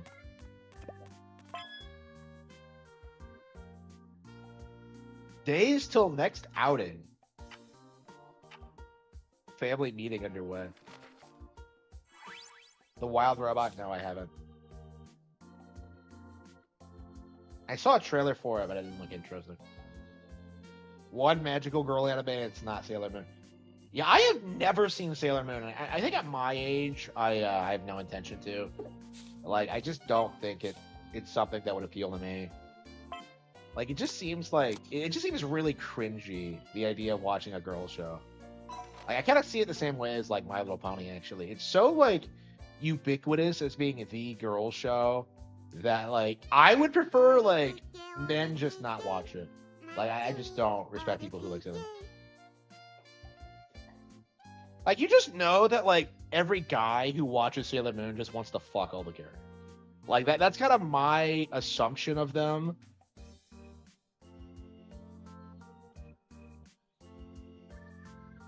Gacha Games essentially introduced Yuri to the West. Nah, it's been around way longer than that. I suppose it's only gotten mainstream recently with, like, the gay rights movement. Yeah, I don't know. That is interesting because, like, there was a lot of gay degenerate shit in the 2000s. You know, I was being told that, like, Vivian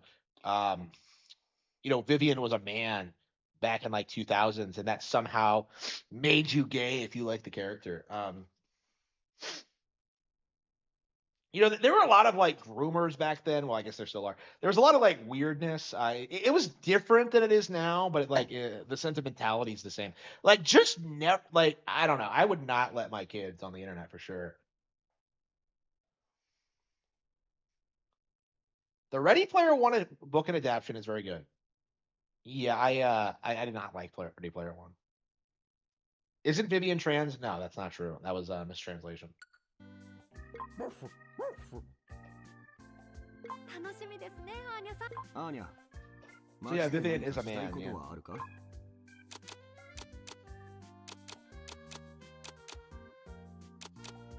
おいしいもん。いいですね。決まりだな。アーニャ。おきどき。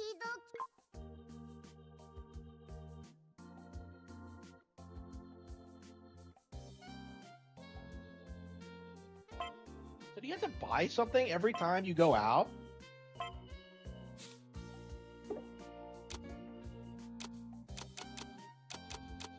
We can't even buy anything. Wait, what? Heavy coat, jacket, sweater, cardigan, and hell yeah. Yor looks good in everything you put her in. Shit. Okay. Yeah, the bow tie. Why does the dog have a bow tie? I never did understand that. Okay. Okay.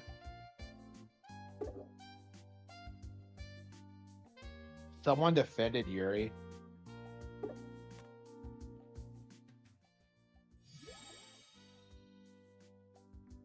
So, like,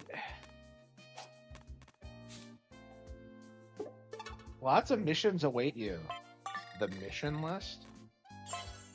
What is with these endless tutorials? It's like this was made for people who have never played a video game before. Oh no! MC is in the chat! Holy fucking shit, I didn't even think about that.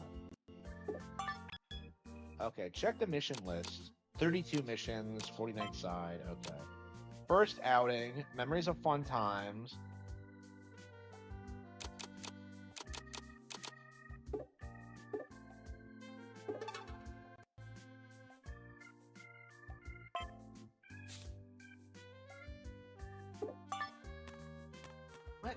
What are you supposed to do? I'm just...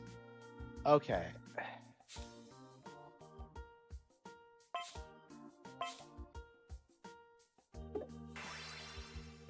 Cooking with your... Okay, that's going to be a disaster. Dodgeball day. Oh, wow. Lloyd's escape.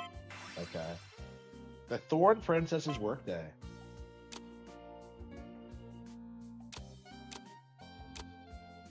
Papa's job, Mama's job.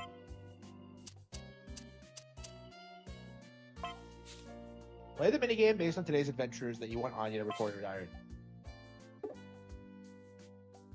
Hey, so she's gonna write about her being an assassin in the diary? That just seems like a bad idea.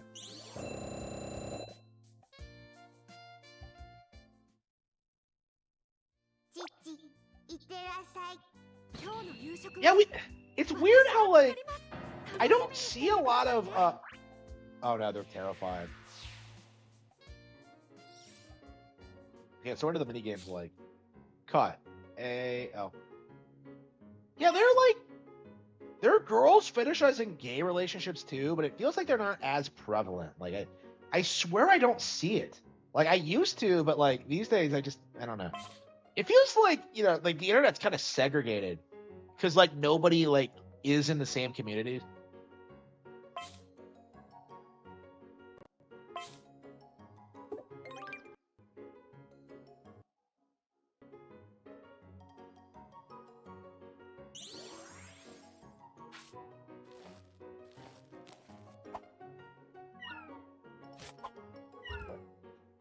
Oh, but what the fuck is this?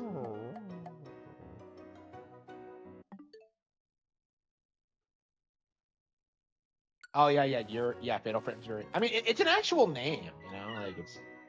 I don't know why they call it Yuri. Like, imagine being named Yuri and like people like clowning on you for like because of fucking lesbians. That's just something. That's just weird to me.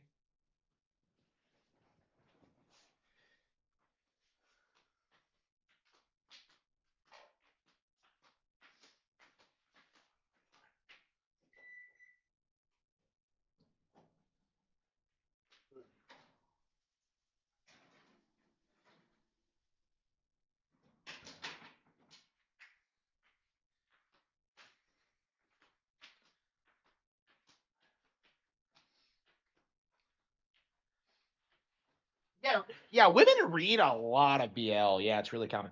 I think for actual Yuri, it tends to be like a bit more gender neutral, but for BL, it's like overwhelmingly female. Yeah.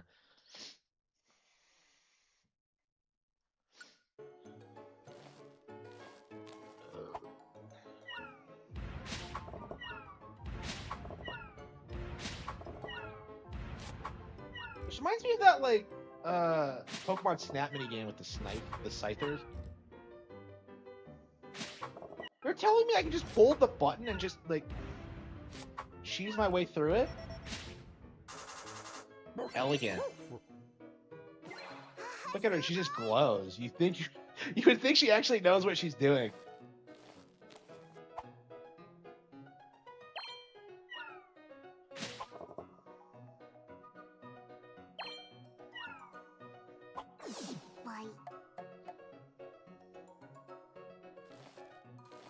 Like, why the hell is she tossing them up in the air?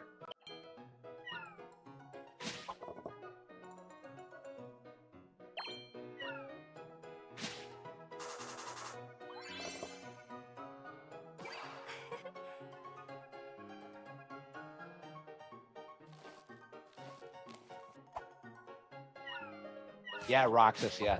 Roxas comes off like an actual person, funnily enough. And Sora is just some stereotype of what Nomura thinks a Disney character should act like. Like, I've always liked Roxas, but Sora like has really grated over me, on me over the years, especially in KH2. Like, I just hate his attitude.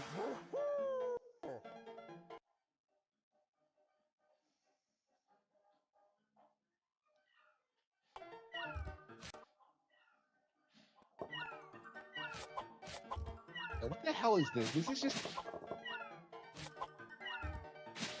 I don't know. It seems like a reasonably well-produced, like, licensed game. It's just not, like, objectively good, but it's like... If you're a kid who's a fan of the license, like, you could spend some time playing this. Like, you know, it has the bright colors and, like, the basic as fuck minigames. She's really gonna eat that?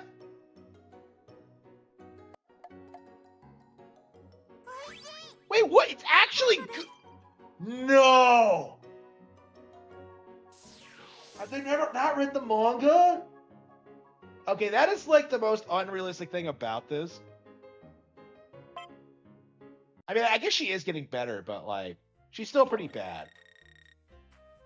You gotta be kidding me. Nobody wants to eat Yora's cooking. Nobody. Unless you're Yuri. But, like... Yeah, Yora's great, but she really cannot cook at all.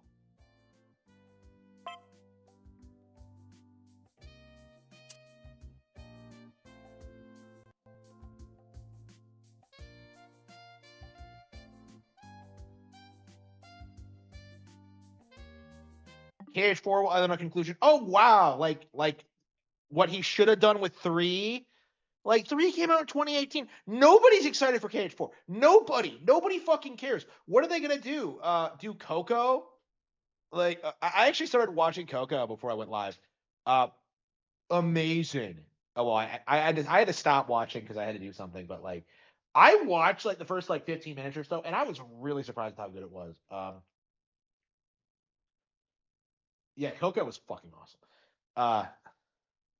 Is awesome so far. We'll have to see if I like the entire thing. I was like enraptured. I was really pissed that I had to stop watching it, but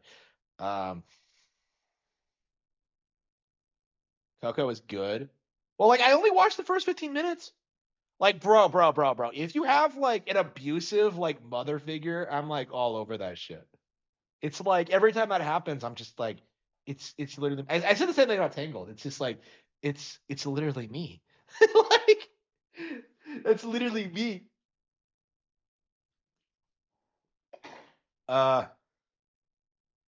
Okay. I think I'm gonna take a break to eat my mozzarella sticks. I probably won't be gone too long, but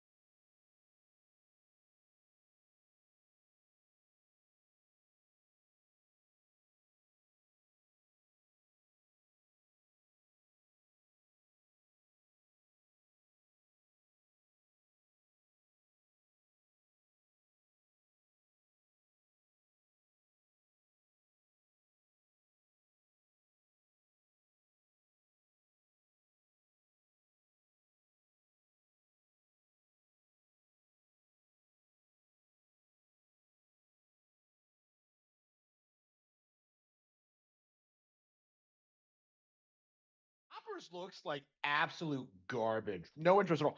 It's Avatar, but with beavers. Like, you gotta be... That's so creatively bankrupt. Hang on. Let's see. Dodgeball Day. Okay.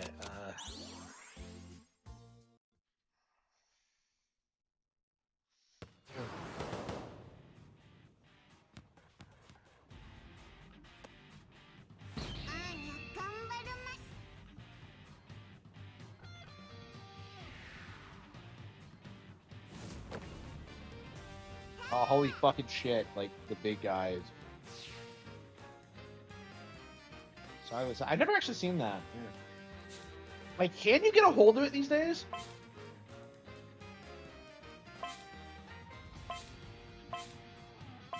Like, why is it controversial?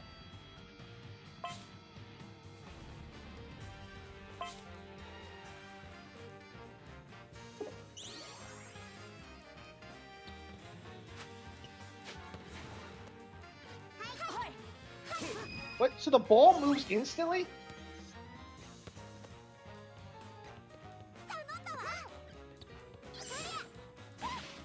The hell is this? Like,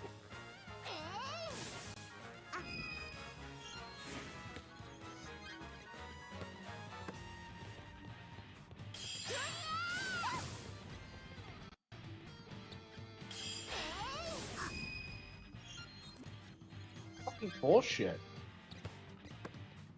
This game is fucking garbage. Okay. Okay.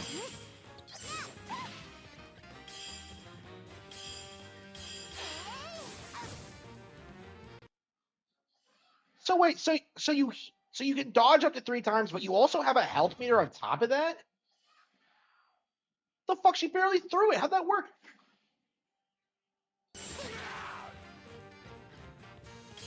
Birth of a Nation?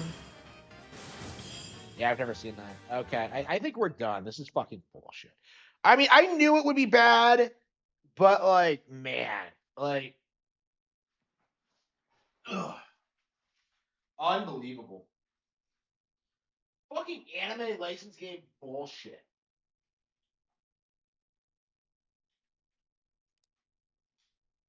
Yeah, when did this come out? A couple of years ago.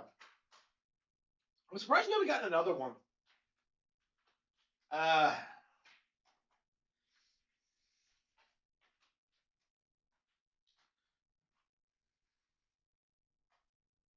What the hell is this? I have never heard of this before, but I managed to get a hold of it, and I'm just like, yeah, we'll try it.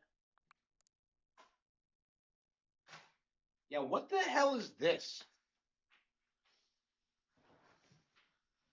Monarch. I have never heard of it before. I just saw it there, and I'm just like, oh, I'll try it. There's so much like weird shovelware on Switch that like no one's ever heard of or talks about. Okay.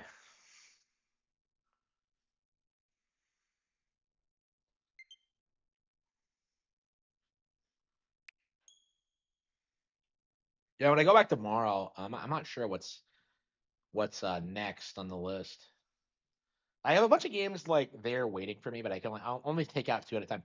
I was thinking about like getting up early, going there, streaming them, and then bringing them back and checking out more stuff. But like, I don't know. I feel like that's too autistic. like, I don't even like going there every day. It just feels kind of weird. Hmm.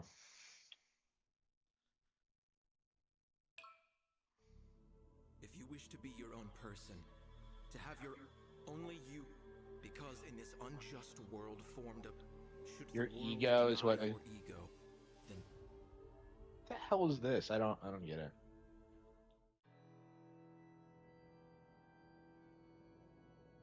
I don't get why there's so many like JRPGs that do this weird like persona-ish.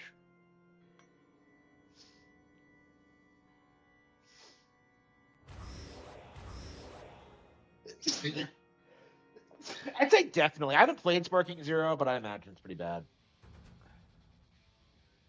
Like Dragon Ball games tend to be quite a bit better than okay, wait, what? So what the hell is this? It's like some I don't understand how things like this get made. Like, who's the audience for it? It's just so cheap.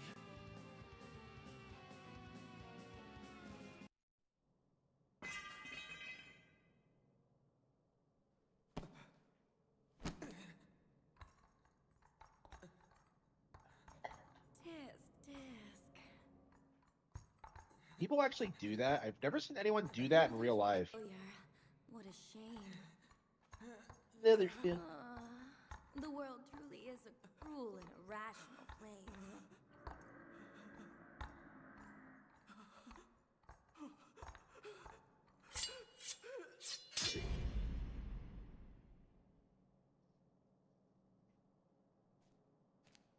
This little one just isn't good enough.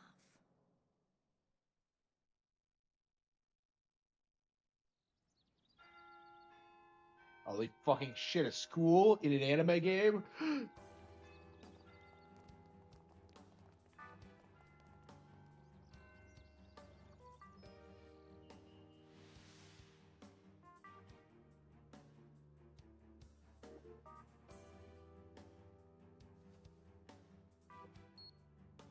What is this creep doing? He's taking photos of like... Oh, come on. Oh, wait, no? It's a girl.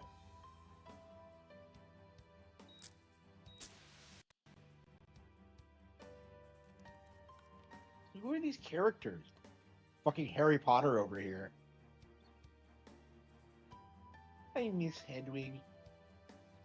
Maybe butterflies can deliver letters instead.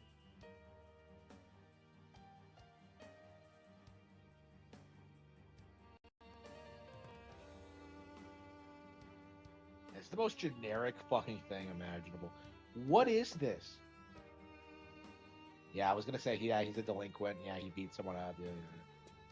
You've seen it a million times. Why don't we have like a really good delinquent RPG? I don't understand that. We have Yakuza, but that's not really the same thing.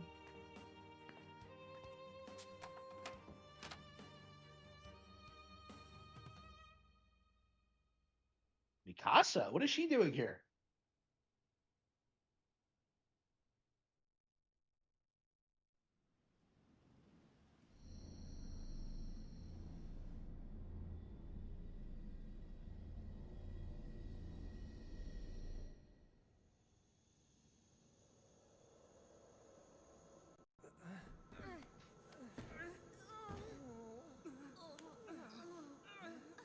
Yeah, some Shin Megami Tensei bullshit. The school's under attack.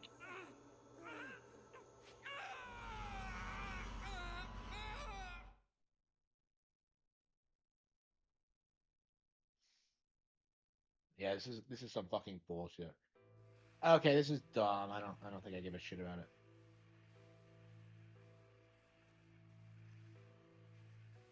Well, Mr. New Student.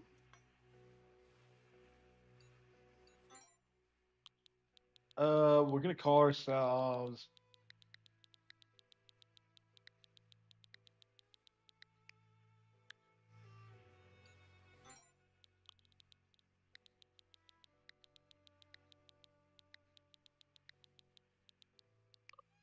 Oh shit! What?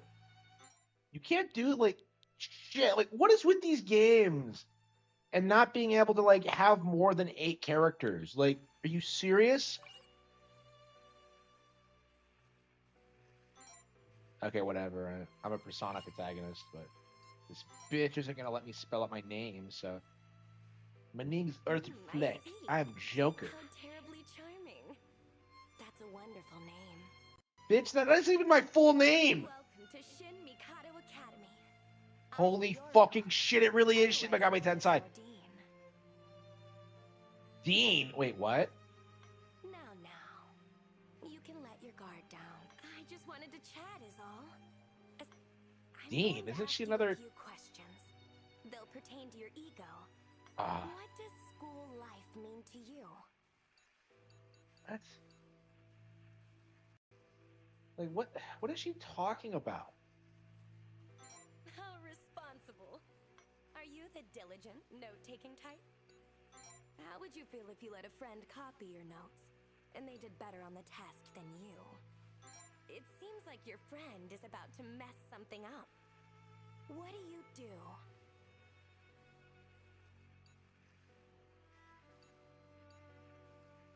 You're standing in line for, let's say someone cuts in front of you, but you've been waiting for ages.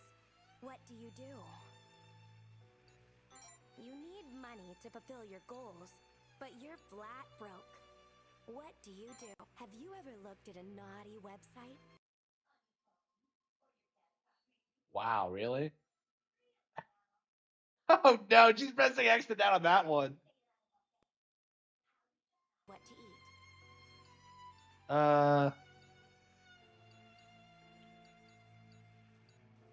A situation has already been settled, but someone insists on disagreeing. How do you respond? Someone you hate is loved by everyone around you. You're forced to take on a leadership role. How do you make your decisions? Would you say you've ever truly loved? If you had extra free time and money, how would you spend it? What would you do if someone started spreading baseless rumors about you? Is there someone or something you care for with every fiber of your... Choose one of these sets of words, would you?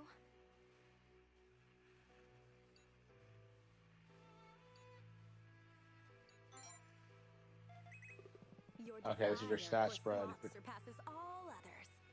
Slow and steady What? wins the race. Sloth? As you're rational and quick-witted, and thus you're always looking for the easy way out. But when you run up against as a whole, It doesn't your happen. desires are Doesn't moderately happen. Strong. Something about you seems So this like personality balance, quiz is bullshit. None of your desires should be neglected, you know. Without desire. So is this game implying that, like, I should be looking at naughty websites? So be frank with what you want as you attend this academy, and live how you see fit. Bitch is telling me to look at porn. What a fucking whore. Thank you. I understand you so terrible. Life at the academy may be tough. Let's speak again if our paths cross. Ta-ta. What's this bitch talking about? Wake up. Please, open your eyes.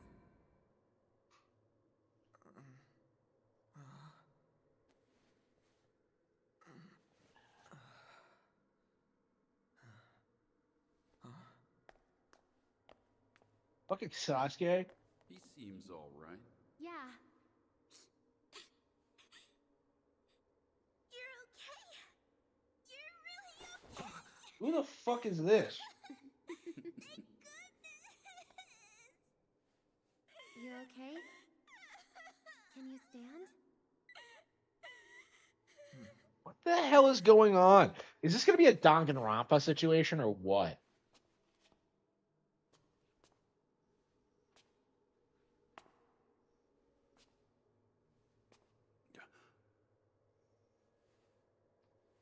The mist is too thick.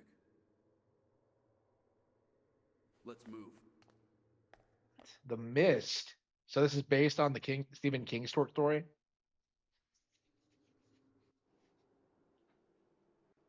That everyone agrees the movie did better. This is fucking bullshit. What, this guy can't walk down a hallway? How out of shape are you, man? You're out of breath already? We barely... Who's got the time? I'm a weak old man. He's probably like 29. You trying to kill me? It's Nozomi Hinata. Hinata. You work here. The least... Hey, I'm a doctor, not a teacher.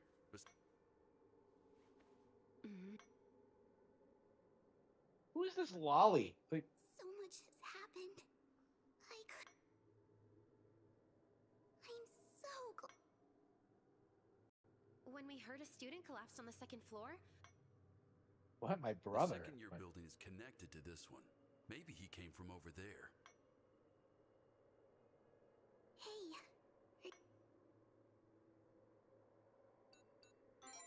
I have no idea who you are. that's not very funny. Wait. Huh? What's your name? You remember.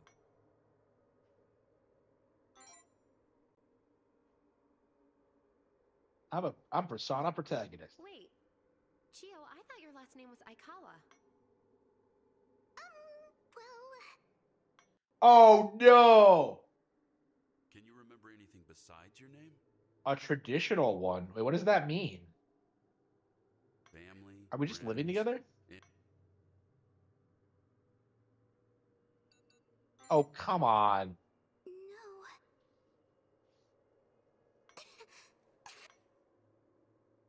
I'll bet whatever made him collapse. Well, the mist. We don't know much about it. It's bad for people with weak respiratory.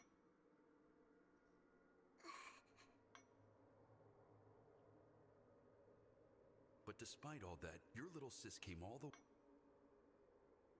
You understand? Yeah, little sis, what I don't remember. mean? Not really. What? Man, You're the last person I want to hear chat. the least you could do.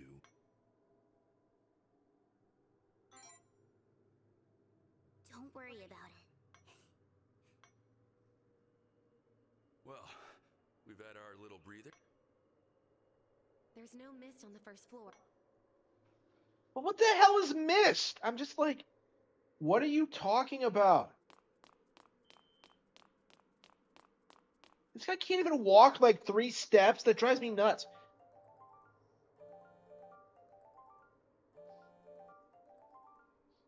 A phone call? Who could possibly... Maybe it's someone from the outside. Wait! Hello? What's that? Oh no, it's a trauma from an age long past. Everyone, stay close. Fucking dial up.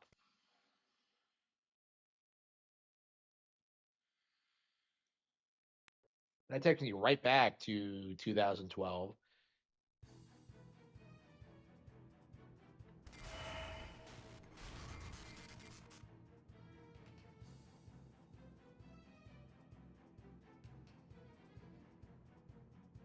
Where are we?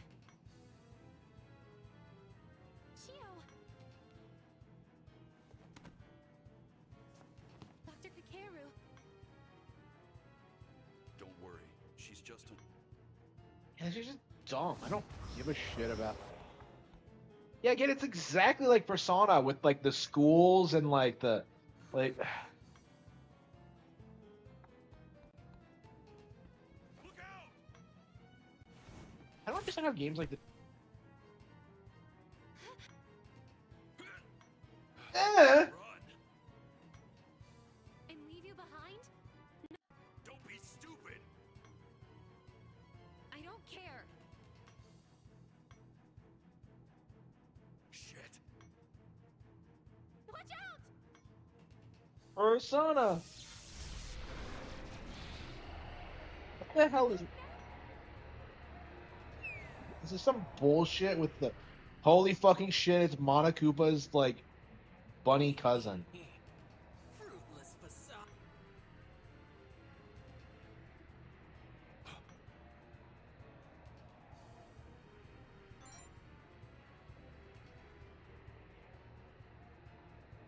What's with the mascot character thing? In Like, I've never understood the archetype. the abyss. I am one. And so too do I. Head. Wait, unhand me, you.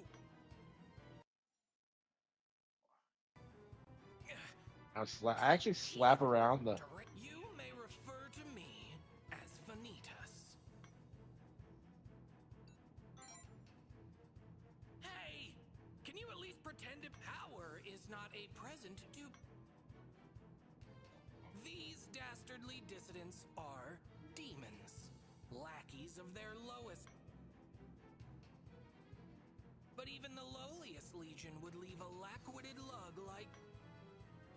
I, however, possess a plethora of. Show me the delightful sight of your.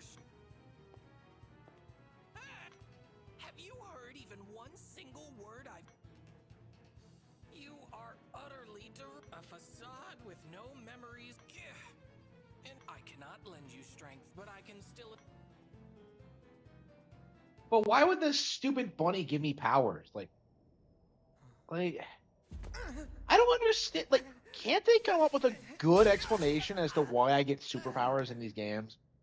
Like, it's always some contrived bullshit about like awakening your like inner self or something, and it's just like, first of all, that's a load of crap, and second of all, like, why doesn't anyone else do it? Like, what the hell is this?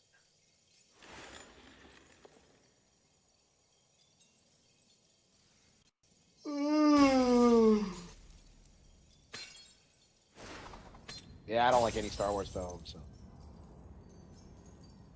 Yeah, I don't think I'll see Star Wars again. I'm done.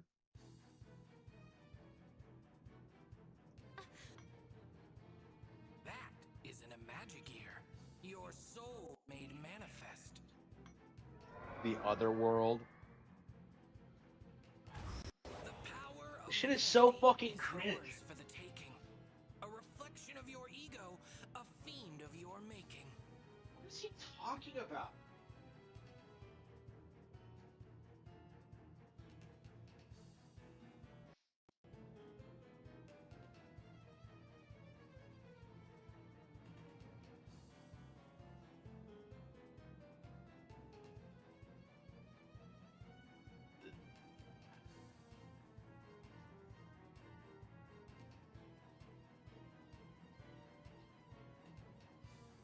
The redhead girl? I mean, probably. I mean, I wrote playing dirty, so I guess my type is the class president type, but okay. Yeah, Makoto is my waifu, so yeah. So yeah, I like the class president thing too. Okay.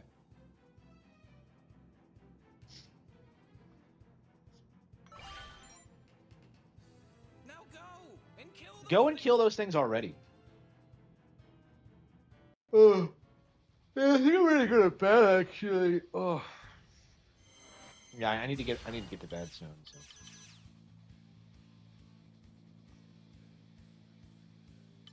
Get ready. Okay, so what the hell is this? So it's some. Analyzing. What the hell is this? Okay, so you have a guy with a gun. Here I go.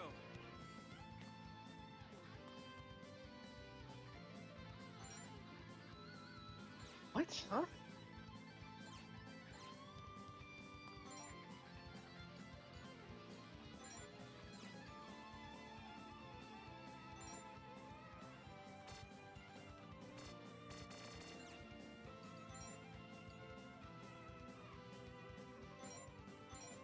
Won't back down. Analyzing. So it's some strategy game where I can just kind of do things. I will succeed. I won't give up. Here I go.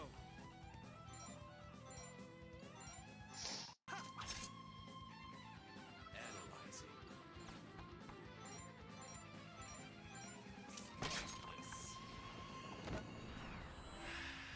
I won't give up.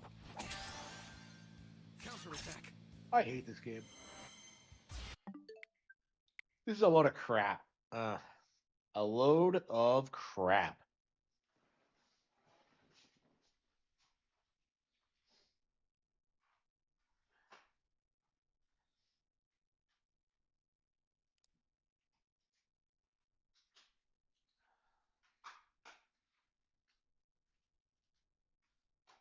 Okay. Yeah, I don't think we're gonna play anything else tonight because I think I just want to go to bed. I think I'm just gonna go to bed. Top 5 fantasy novels? I'm not sure. Like, it's been a long time since I've read a lot of like stuff I grew up reading, so I can't say.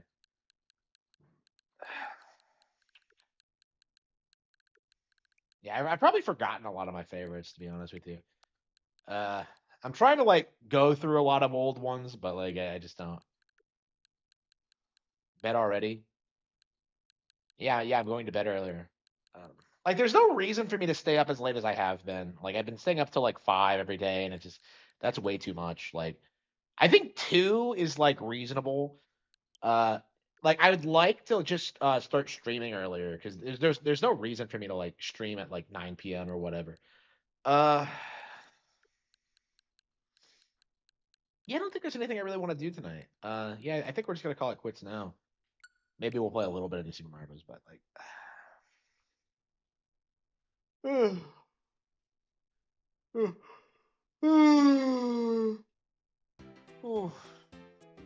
Ugly.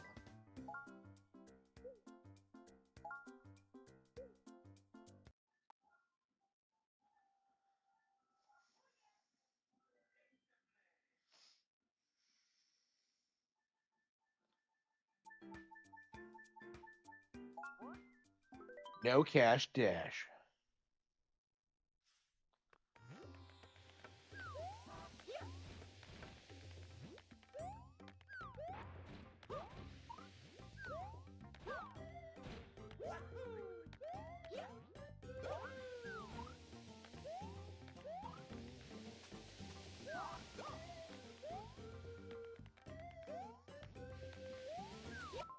Oh shit. Ah. Okay, I thought I screwed that up for a second. Oh fuck! I thought I screwed it up. I thought I screwed it up. Oh.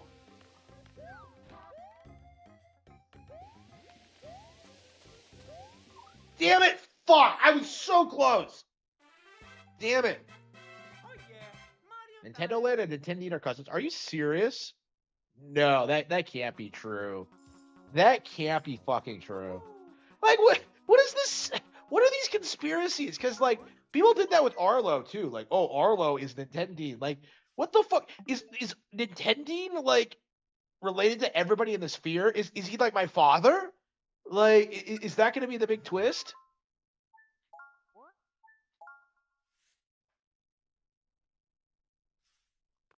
So you're telling me that, like, Nintendo is Arlo, but he's also Nintendo Land's cousin. Like, I'm just like, fucking what? Yeah, we're gonna have to do a video about this because that is fucking insane.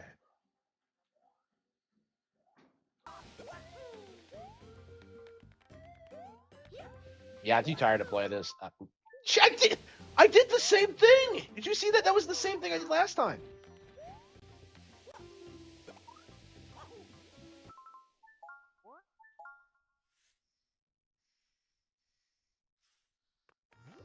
I'm a frat.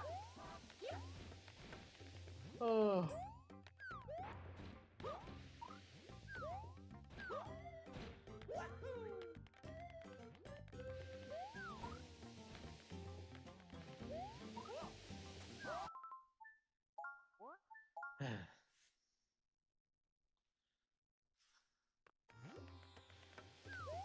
I'm a kid.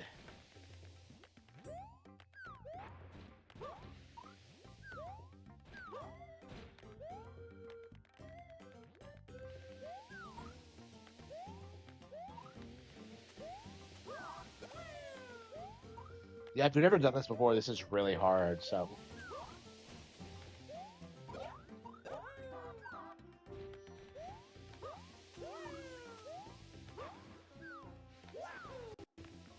Fuck that up.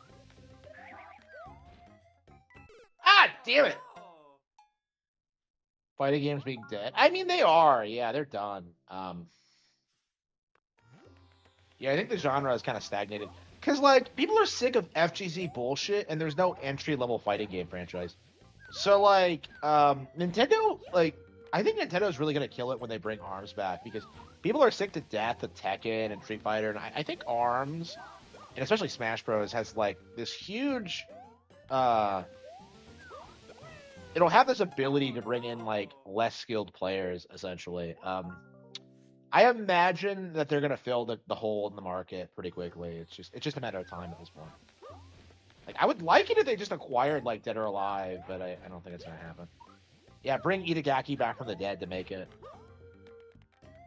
Yeah, people were talking about that like a while back. Like, oh, Itagaki's gonna come back and he's gonna make Dead or Alive 7. Like, it's not gonna fucking happen. ARM's filtered. Yeah, VGL sees about ARMS like so much. I actually don't plan on talking about VGL again until ARMS 2 gets made. So like I'll definitely be clowning on him when that happens. Because like the narrative has always been that like ARMS is a failure and that nobody likes it, but like it's actually done really well, and that's something the community just can't bring themselves to face. Is that like these Nintendo games are getting made, they're doing huge numbers, and like just screaming about how it's not doing good enough isn't gonna cut it anymore. Like ARMS is great.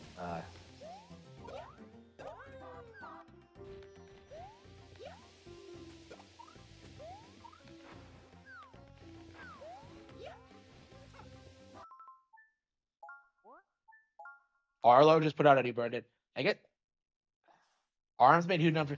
Yeah, so ARMS did really, really well for a new fighting game IP. This is what people don't understand about it, is that like, because they like comparing to Splatoon, but like, fighting games do sell significantly less than shooters, right? So, ARMS did very, very well for a new fighting game IP. Very, very well. So like people don't realize that like at a certain point, like when they make a sequel, they're gonna like really it's gonna be like this thing that a lot of people didn't see coming. I would not be surprised if they eventually release that ARMS comic as well. Arlo is obscure now, yeah. Hell yeah.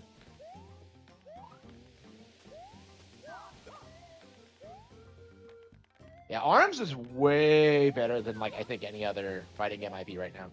Like Tekken, Street Fighter, it's way better than all that shit. And I would be saying that more often if we've been getting more content, but like, I guess Nintendo is holding out for ARMS 2. Longer arms. Is the Mish another Nintendo cousin? I don't know. ARMS 2 will come out before Soul Calibur 7. Yeah, hell yeah. Hell yeah. I mean, where's 3 through 6 though? Like, I've never played 3 through 6. Like, I've never seen Soul Calibur 3 through 6. ARMS is better, 100% better than Street Fighter. 100%. Street Fighter ain't shit. Street Fighter's only relevant because it was around. It's been around so long. Like, as an actual gaming IP, it has no value. Like, what do you do in Street Fighter besides play people online? Like, ARMS doesn't have that problem. ARMS has a lot of shit to do.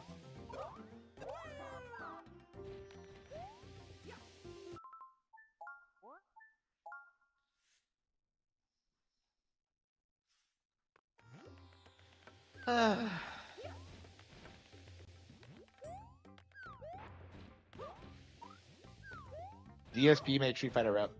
Yeah, like DSP can't even play Street Fighter 6. Like he can't get up to Grandmaster apparently. Like he rage quits when he gets to that level. So.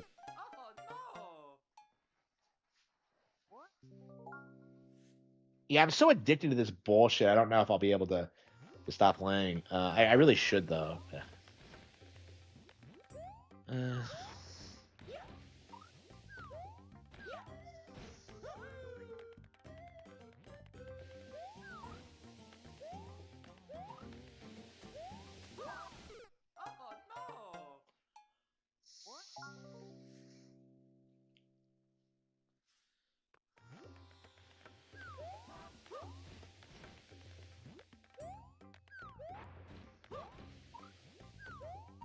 Capcom makes Street Fighter to piss off DSP. Yeah.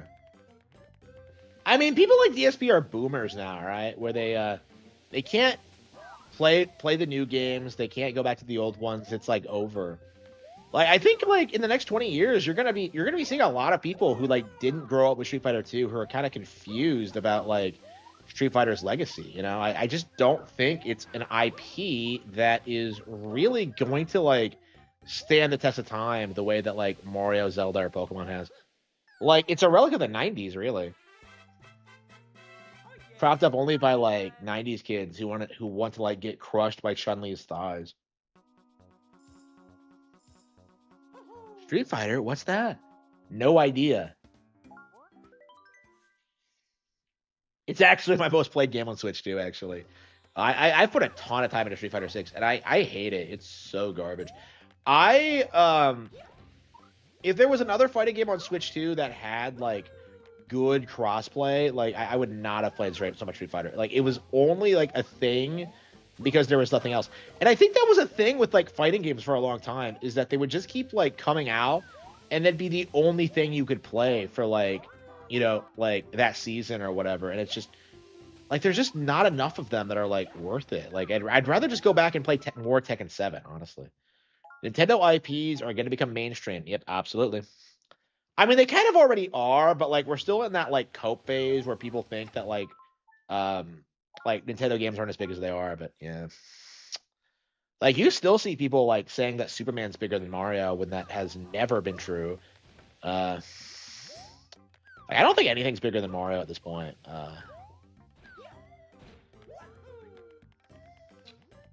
Like Pokemon's thing is that it's a multimedia brand, but like Mario's pretty game focused.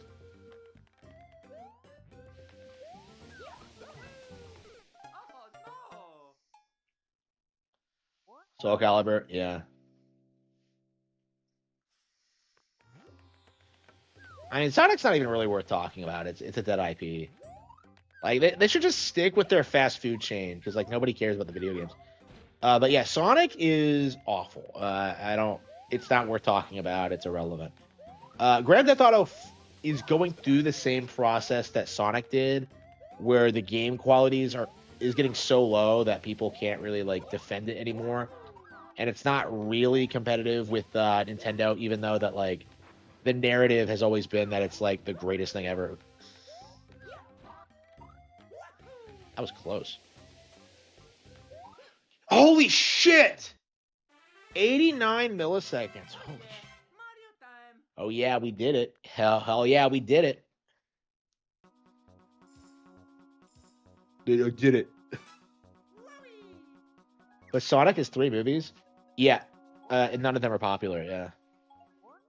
Yeah, I mean that's gonna be the problem with AAA devs, because like that's like the take that Nintendo's having right now, is that like, well, the big AAA games are gonna come to PS5. Like, these games take a decade to make now.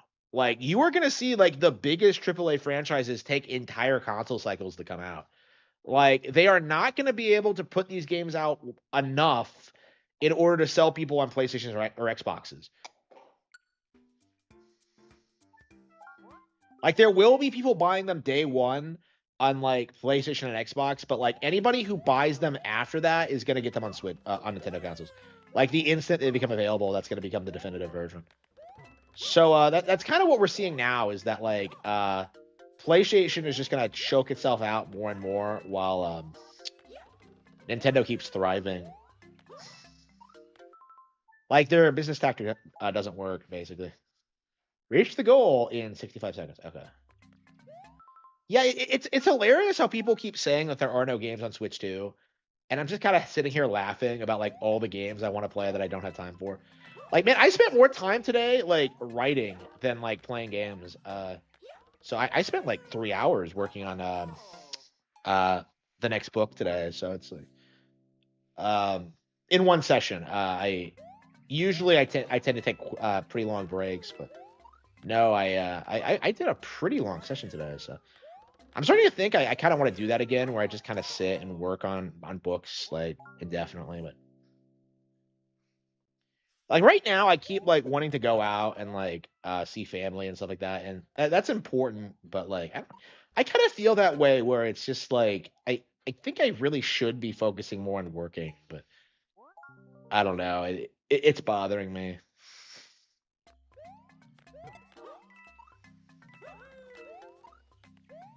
But yeah, I want to be there for everyone though. It's just I've lost count. I want to say like 8. Quite a few.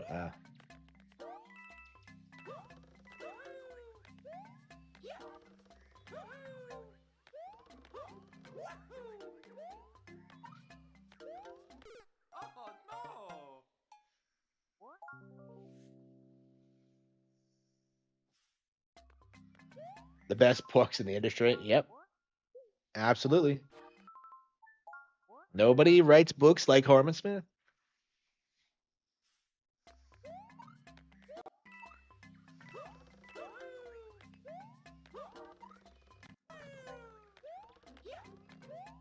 I'm so hooked on this game. I don't even want to.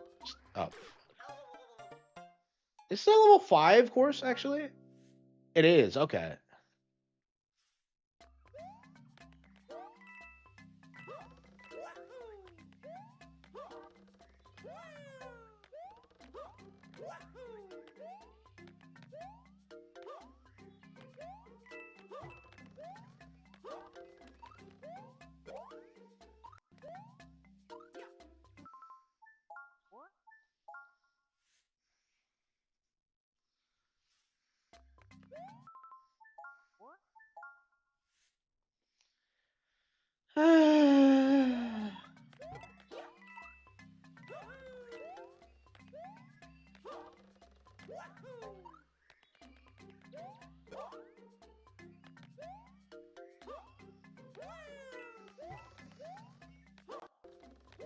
Yeah, I think I'm just gonna call it quits and go to bed.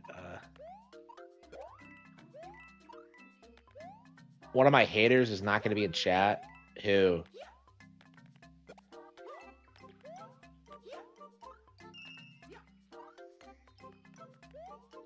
Nintendo. Yeah, he's the Nintendo has forgotten about Mario guy.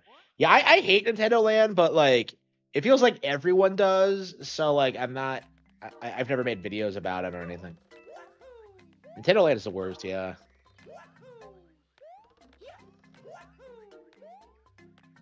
Like, there's nothing to talk about, really. He just does that thing. Like, Nintendo's forgotten about Mario.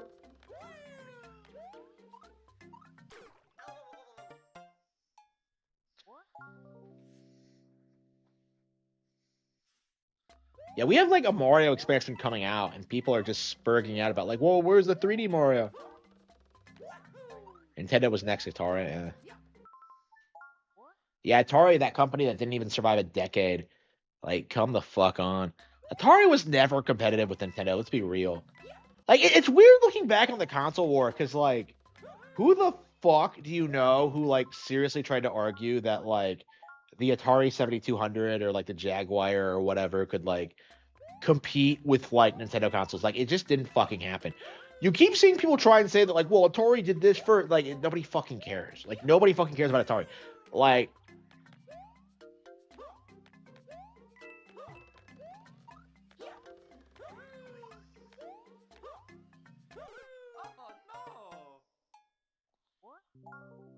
Atari was the first Western slot company.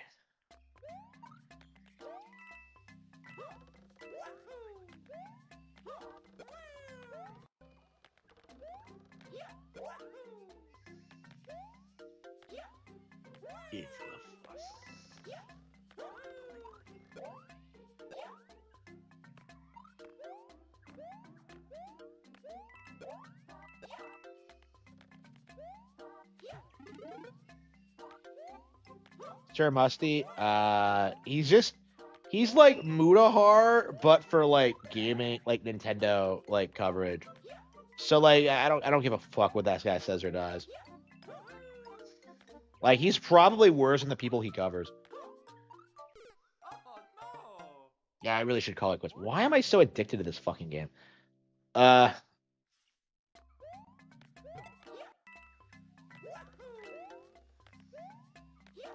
Yeah, the gaming crash. Like, I love how people try and say that like the gaming crash wasn't a big deal because to downplay Nintendo like saving the console industry. It's just retarded.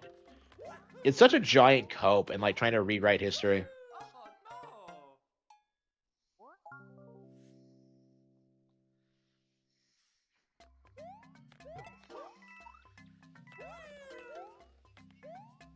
I already played some Xenoblade. Oof. Sean probably thinks Atari. I don't think I've ever seen him talk about Atari, honestly. Like, these days, all he does is just, like, talk about NES and, like, Mario 3, Zelda, the original Metroid, and, like, nothing else. It's, like, it's weird. Like, I'm just like...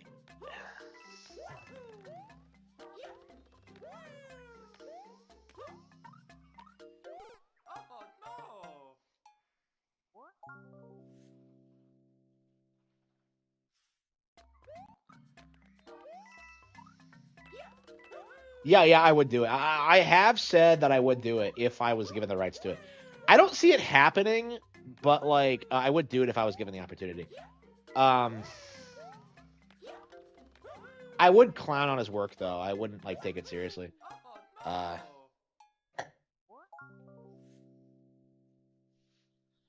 Metroid and OG Zelda is overhyped by Pretendos. Yeah, Metroid definitely is. But like Zelda does live up to the hype in my experience, and I think most people feel that way. Like there are definitely like a very vocal minority of people like in the Metroid community who try and sell you on like the myth of like, oh man, people were like blown away by the fact Samus was a girl. It wasn't a big deal. It was not a big deal. Like 15 years, I think.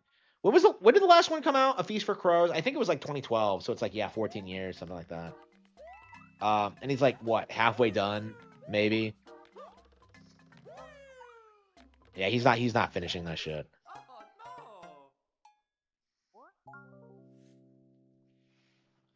I don't get like how is it hard to finish a fucking book? I don't get it. And I'm not talking my ass because I do write books myself, right? I'm just like, bro, you could like pop out both novels in like 5 years. You know, it's not that fucking hard. In 2013, the Atari CEO said Nintendo was irrelevant. Yeah, they're all like, yeah, all the executives in the West really hate Nintendo. They really don't like what they did.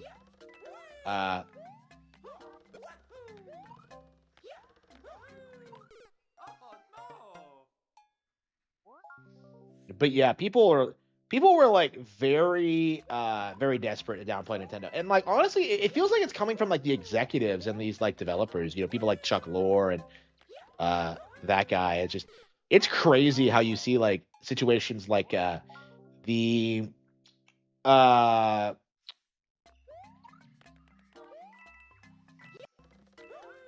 like the Star Fox guy like speak out against Nintendo. Yeah, so there's an allegation from this individual that like Nintendo stole Super Mario 64 from like the Croc team because they pitched like a 3D Yoshi game at some point, and Nintendo made like Mario 64, and like the narrative is they stole the idea for a 3D platformer from them. Argonaut, yeah, it's the Argonaut president. So like Argonaut like released this statement like, oh yeah, they stole the idea for Mario 64. It's like, what are you talking about? Who are the top 5 worst Nintendo YouTuber fanboys? I don't know. I used to have a list. I guess I could produce one. That might be fun. I don't know. I like all my traditional like people I hated are like retired or like not relevant now. Like Josh Thomas doesn't produce anything, and like when he does, it's like 3,000 views. Beat 'em ups, RTU. I don't know. Like, yeah, I think beat 'em ups would be on the list. I think RGT would be on the list. Nintendine probably. I don't know. Like I haven't decided. Demish would probably be on the list. Yeah, I don't know. I don't know who would be on the list. Like who's in the sphere? Like I could probably make a short list. Top 10 worst Nintendo YouTubers. Yeah, that might be cool considering I have more credentials to talk about this. Yeah, I think probably Nintendine would be number 1 right now. But like I can't imagine like straight up making shit up about the company the way he does like every day. It just doesn't make any sense to me. Nintendo Land. What has Nintendo Land done other than like the whole Nintendo's forgotten about Mario thing? Like I can't think of anything he's done that's like that bad.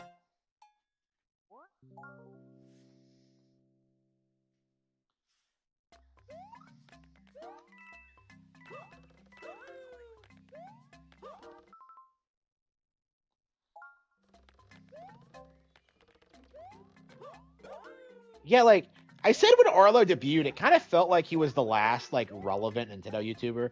And it kind of does feel that way, where like a lot of the major influential people in the spheres, like Andre Segers and like like Aaron Hansen and people like that. Like they're not really relevant anymore, and nobody really cares about them.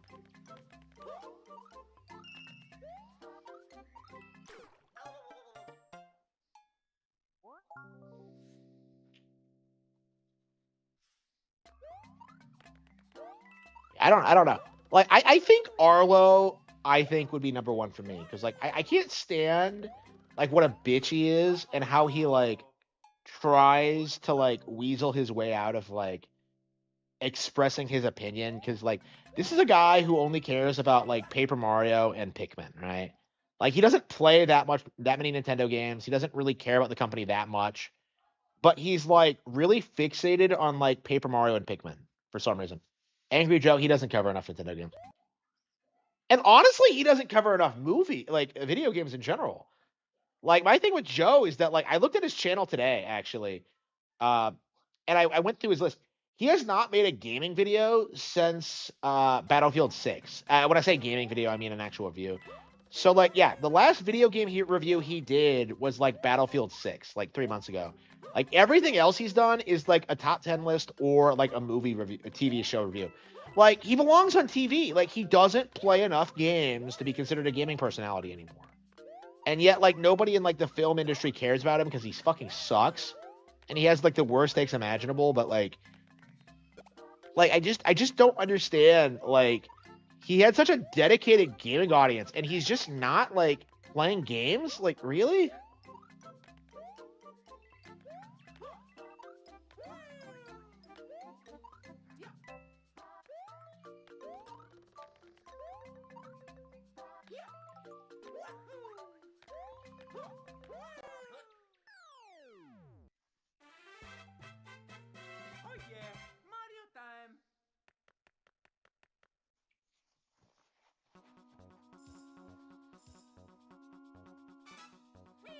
You know, I don't think any of these have been as hard as like Penguin versus Torpedo. I don't get it. Like, what?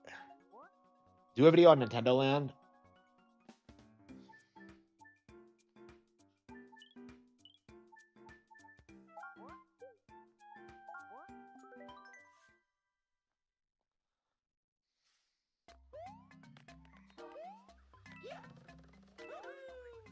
Yeah, but I think Arlo's the worst because I can't think of anybody who just hates pretty much everything Nintendo puts out and still pretends to be a fan. Like it is, yeah. Like Mario Kart's just amazing. RGT, yeah, I think RGT has kind of become a meme at this point. Like too many people know what he's like and like won't pay attention to him. My views have been going up actually because like I've noticed that like people have nothing but nice things to say about me in like actual serious game discussion forums. Yeah, the Harman Smith hate thing is collapsing. Like making things up about me like has kind of backfired because I've seen like a huge explosion over like the past several weeks. Like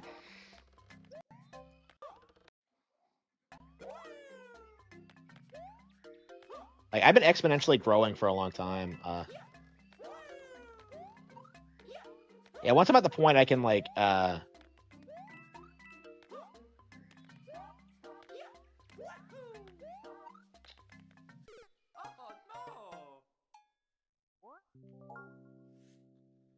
RGE should be on the list.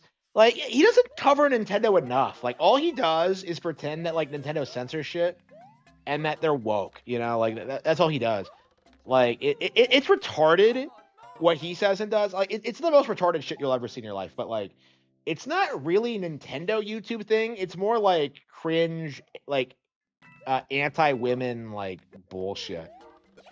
So like he's more like an incel and like a men's rights activist than like a Nintendo YouTuber, I think. Again, that's part of the problem. There are plenty of people with bad takes about Nintendo, like, you know, anybody who covers Power World, for example, but they're not really Nintendo YouTubers and like don't really have any sway in the community. Like nobody's ever gonna listen to Clownfish TV, you know, like it's like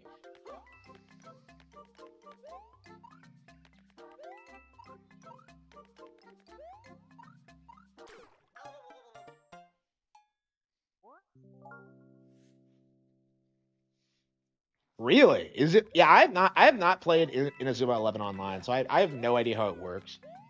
Like, I'm like 8 hours in, and I've played like one soccer game, so I have no idea like what that game's like. It must be really popular because people have like nothing but nice things to say about it. I like it a lot. It's just that like I just haven't been able to get into it. Whatever. It's just one of those games. It just doesn't feel like it's my thing. Like, I am not a fan of level 5 in general. I don't understand why, like, they take soccer so fucking seriously. Like, Blue Lock does the same fucking thing. Like, they act like they're gonna die if they get kicked out of the program. OJ would be on your list. Yeah, probably. I don't know why people go after OJ now, because, like, people do this thing where, like, oh, he's a fanboy, he's a dick rider, and I'm just like, bro, this guy is a snake. I have no respect for OJ at all. Like, Furious Francis is what I used to know him as. Like, he's like...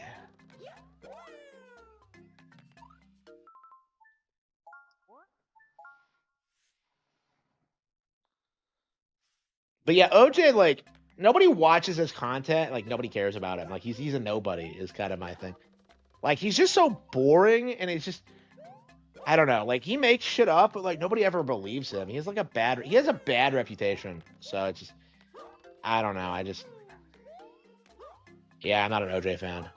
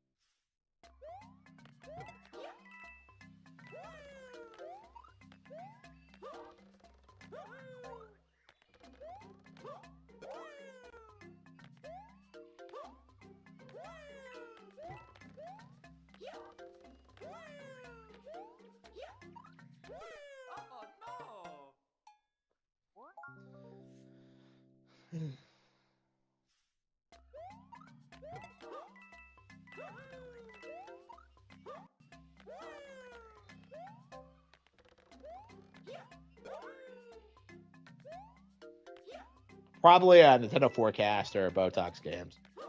Probably. Amiibo. It's Amiibo.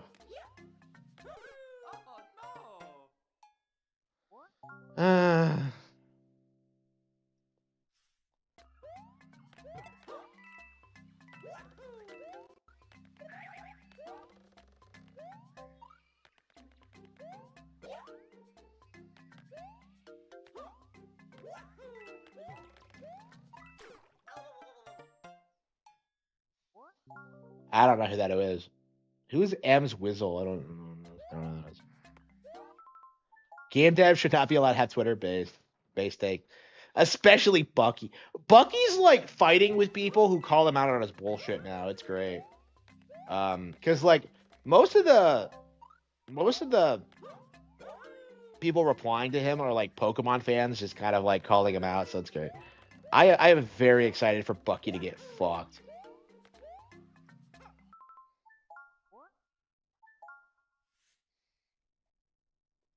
He's okay. I'm okay with Rogers base. I don't have an issue with him.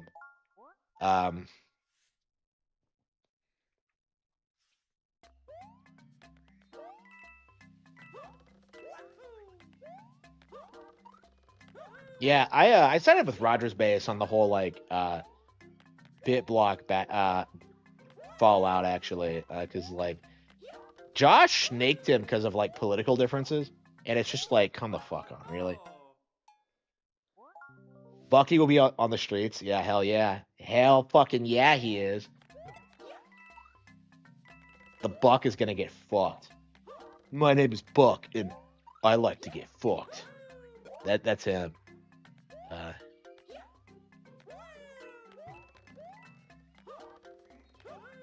I love how like people are actually clowning on Quentin Tarantino now. It feels like his star has faded, after the whole like Once Upon a Time in Hollywood thing, and like he's like old and washed up, and like more people are like making fun of him now. And you should. Like he fucking sucks. Like he never made good films. He was always a parasite. His takes are awful. Like he's a spurg. Like all of his material is like ripped from other sources. It's just awful. Furries or bronies? It has to be brownies. Like the thing about bronies is that like they very specifically target a brand aimed at little girls. So it has that weird like pedophile undertone to it. So yeah, I think bronies are like infinitely worse than furries actually. Like infinitely worse. I don't know. Are furries big on like keeping children out of the space? I don't know. I mean, I doubt it. I'm sure there's like some overlap with pedophiles in the furry community as well, but like definitely bronies are bad about that. Like they were going to conventions and like just selling like clot porn there. It's just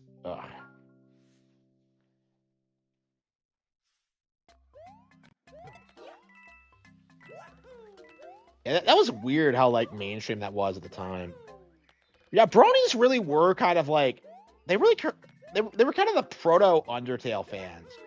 Where like for like a couple of years they just wouldn't shut up about it, and now they're just nowhere to be found. It's just a dead community. Like everyone's moved on. Like I really wonder like what causes these things.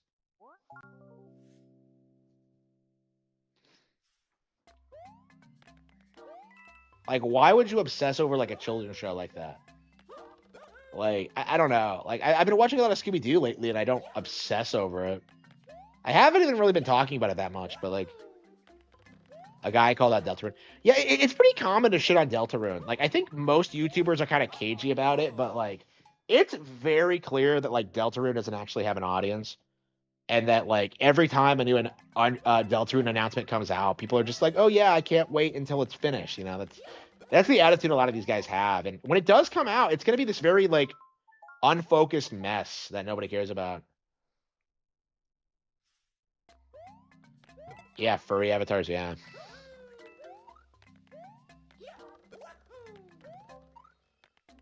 Yeah, I don't know. Like, there's something about like online forums that just like it just appeals to weirdos. Like, it's very alienating in that sense. If you're like a normal person interacting with these people and they all start talking about like porn and the like, you know what I mean? It's like, who wants to see that? Who wants to hear from it? It's just like, yeah, NeoGAF was pretty bad too. Yeah, we haven't heard about NeoGAF in years. Like or Reset Era. Like they used to be like these huge, like influential like communities, and now no one gives a fuck.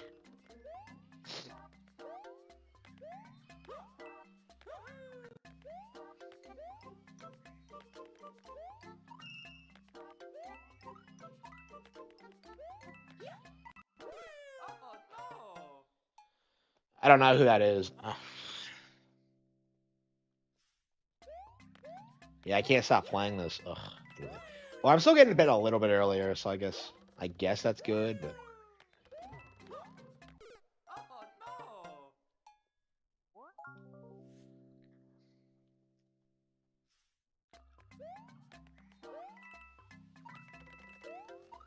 oh.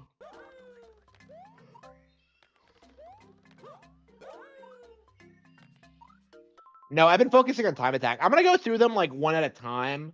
Like I didn't want the idea of like doing easier challenges and then doing like the harder ones all at once. So I'm just gonna do all of them like one at a time and like unlock everything. Yeah, like I'm gonna do everything anyway, so it doesn't really matter. So yeah, eventually I'll do it, but oh shit, what?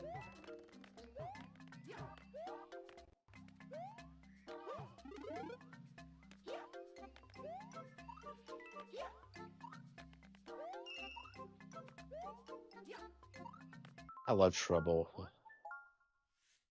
Prepare for trouble and make it double. to protect the world from devastation, to unite all peoples within our nation, to denounce the evils of truth and love, to extend our reach to the stars above.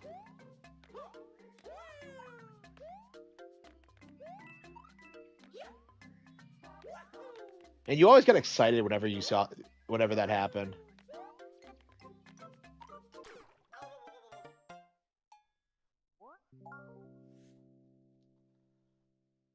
Wicked has to be the worst Broadway musical ever. I mean, Wicked was always shit. Like, I hated, like, that is like the first truly woke book I think I've ever read. Was like fucking Wicked. That shit pissed me off. Like, and I think it was written in like 2000 or something. Like, it kind of encapsulates what we see today from like woke culture. This idea that like, no, there is no good and evil. Everything's morally gray. And then it tries to whitewash like the villains, and it's just like it just doesn't work like at all.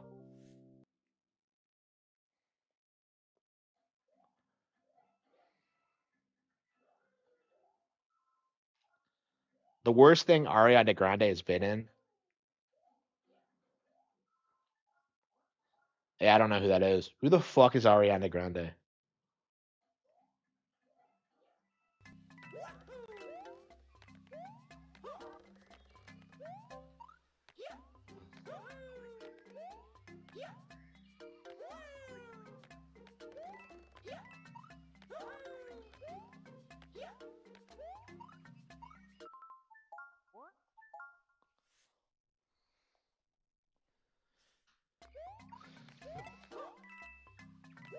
Yeah, it's crazy how bad professional singers tend to be.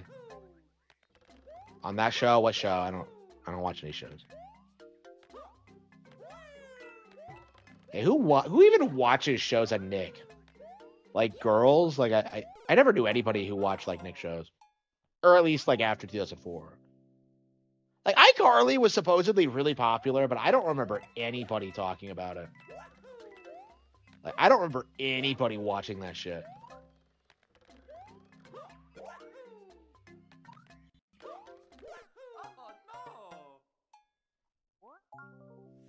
Yeah, who watches these shows? I'm very confused.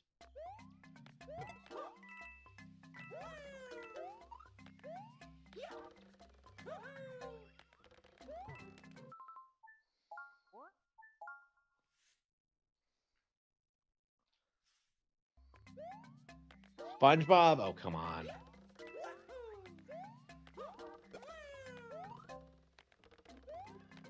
Yeah, I was watching Pokemon, Yu-Gi-Oh, and like stuff like that when I was a kid. Like, fuck your bullshit like American cartoons.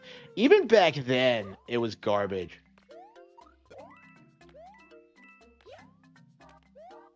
Dylan Hildberg should be ashamed of what he created.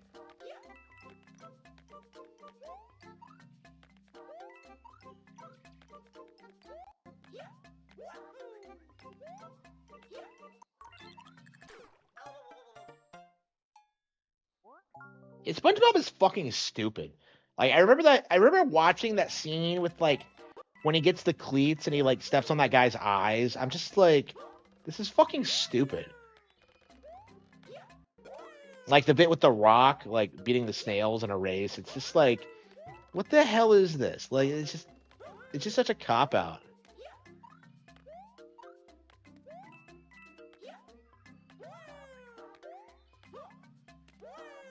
Yeah, aren't snails hermaphrodites, by the way? So, like, Gary having, like, a girl snail it doesn't make any fucking sense. Like, it's just like, what? Yeah, nothing about that makes any sense.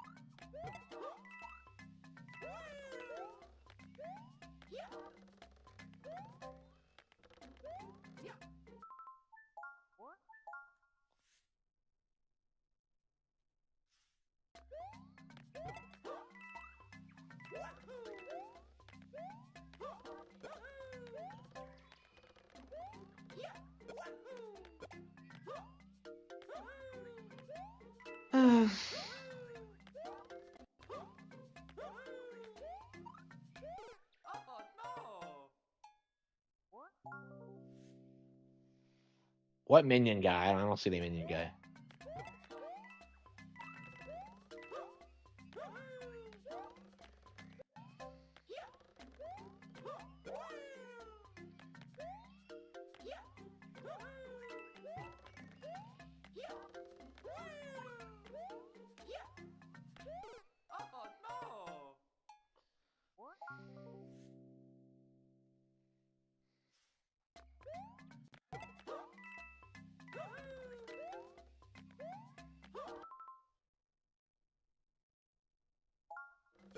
Yeah, I make positive videos, like plenty of them. It's just that like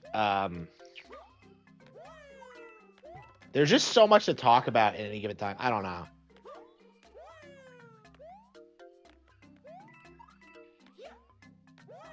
Like I did a Fahrenheit 451 video and I really like that.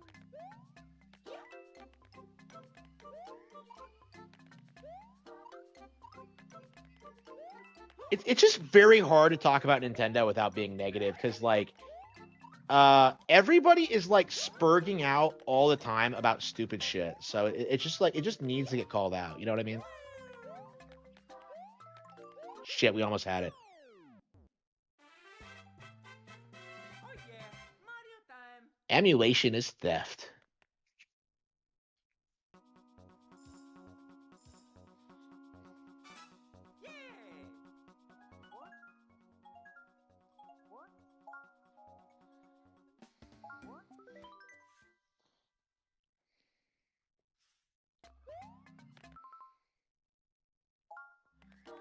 I know, right? It's really odd. Like it makes sense that people think that, which is really interesting. But like, yeah, I was kind of surprised as well because I was for sure that like it would have some anti-censorship themes, but it really doesn't. Like Captain Vietti even like says this is that like yeah, people chose to stop reading. I don't know, maybe he's like not reliable, but like I believe it. Like just look at where we're at, you know? Like how many people who make like who cover my content don't read my books, right? Like just look at it, you know? Like I am the most successful novelist in the Nintendo YouTube community, right? By far. And like a lot of people have never read a single one of my books. It's crazy. It is fucking insane. It's like it's their own like ignorance and stupidity.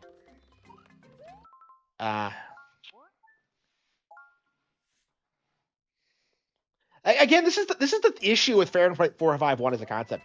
Like you don't need to burn books if people genuinely don't want to read them, you know? It's just because it's like the same result, really. I don't. I really wonder why like the government in 451 is so like scared of fucking books. Because like the way it looks to me is that there's a huge social stigma against reading, but like I don't really get it.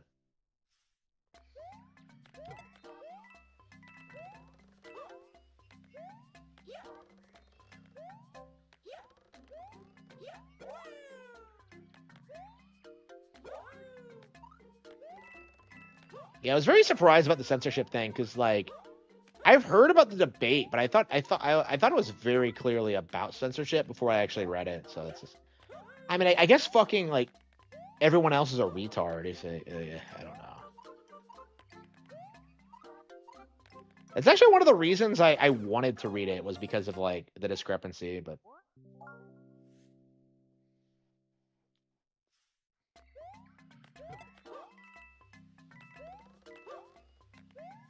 Yeah, I'm too addicted to this game. This is legit one of the best games we've played, like, in the past year. This is so good. It's so good. I can't stop playing it, man.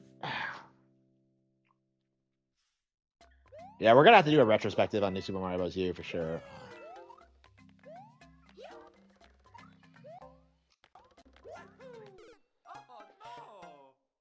Harry Potter. Well, Lord of the Rings is one book, but Harry Potter. Yeah, it's always been Order of the Phoenix.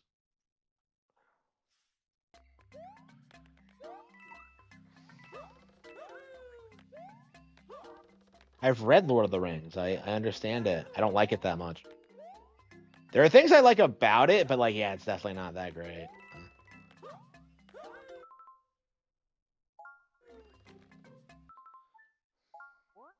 Okay, yeah, I'm resetting.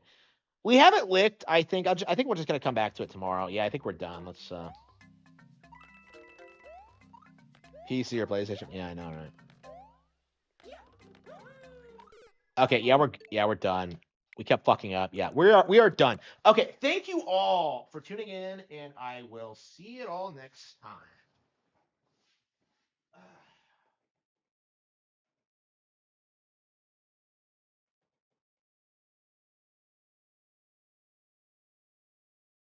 Holy shit, that's a lot of money.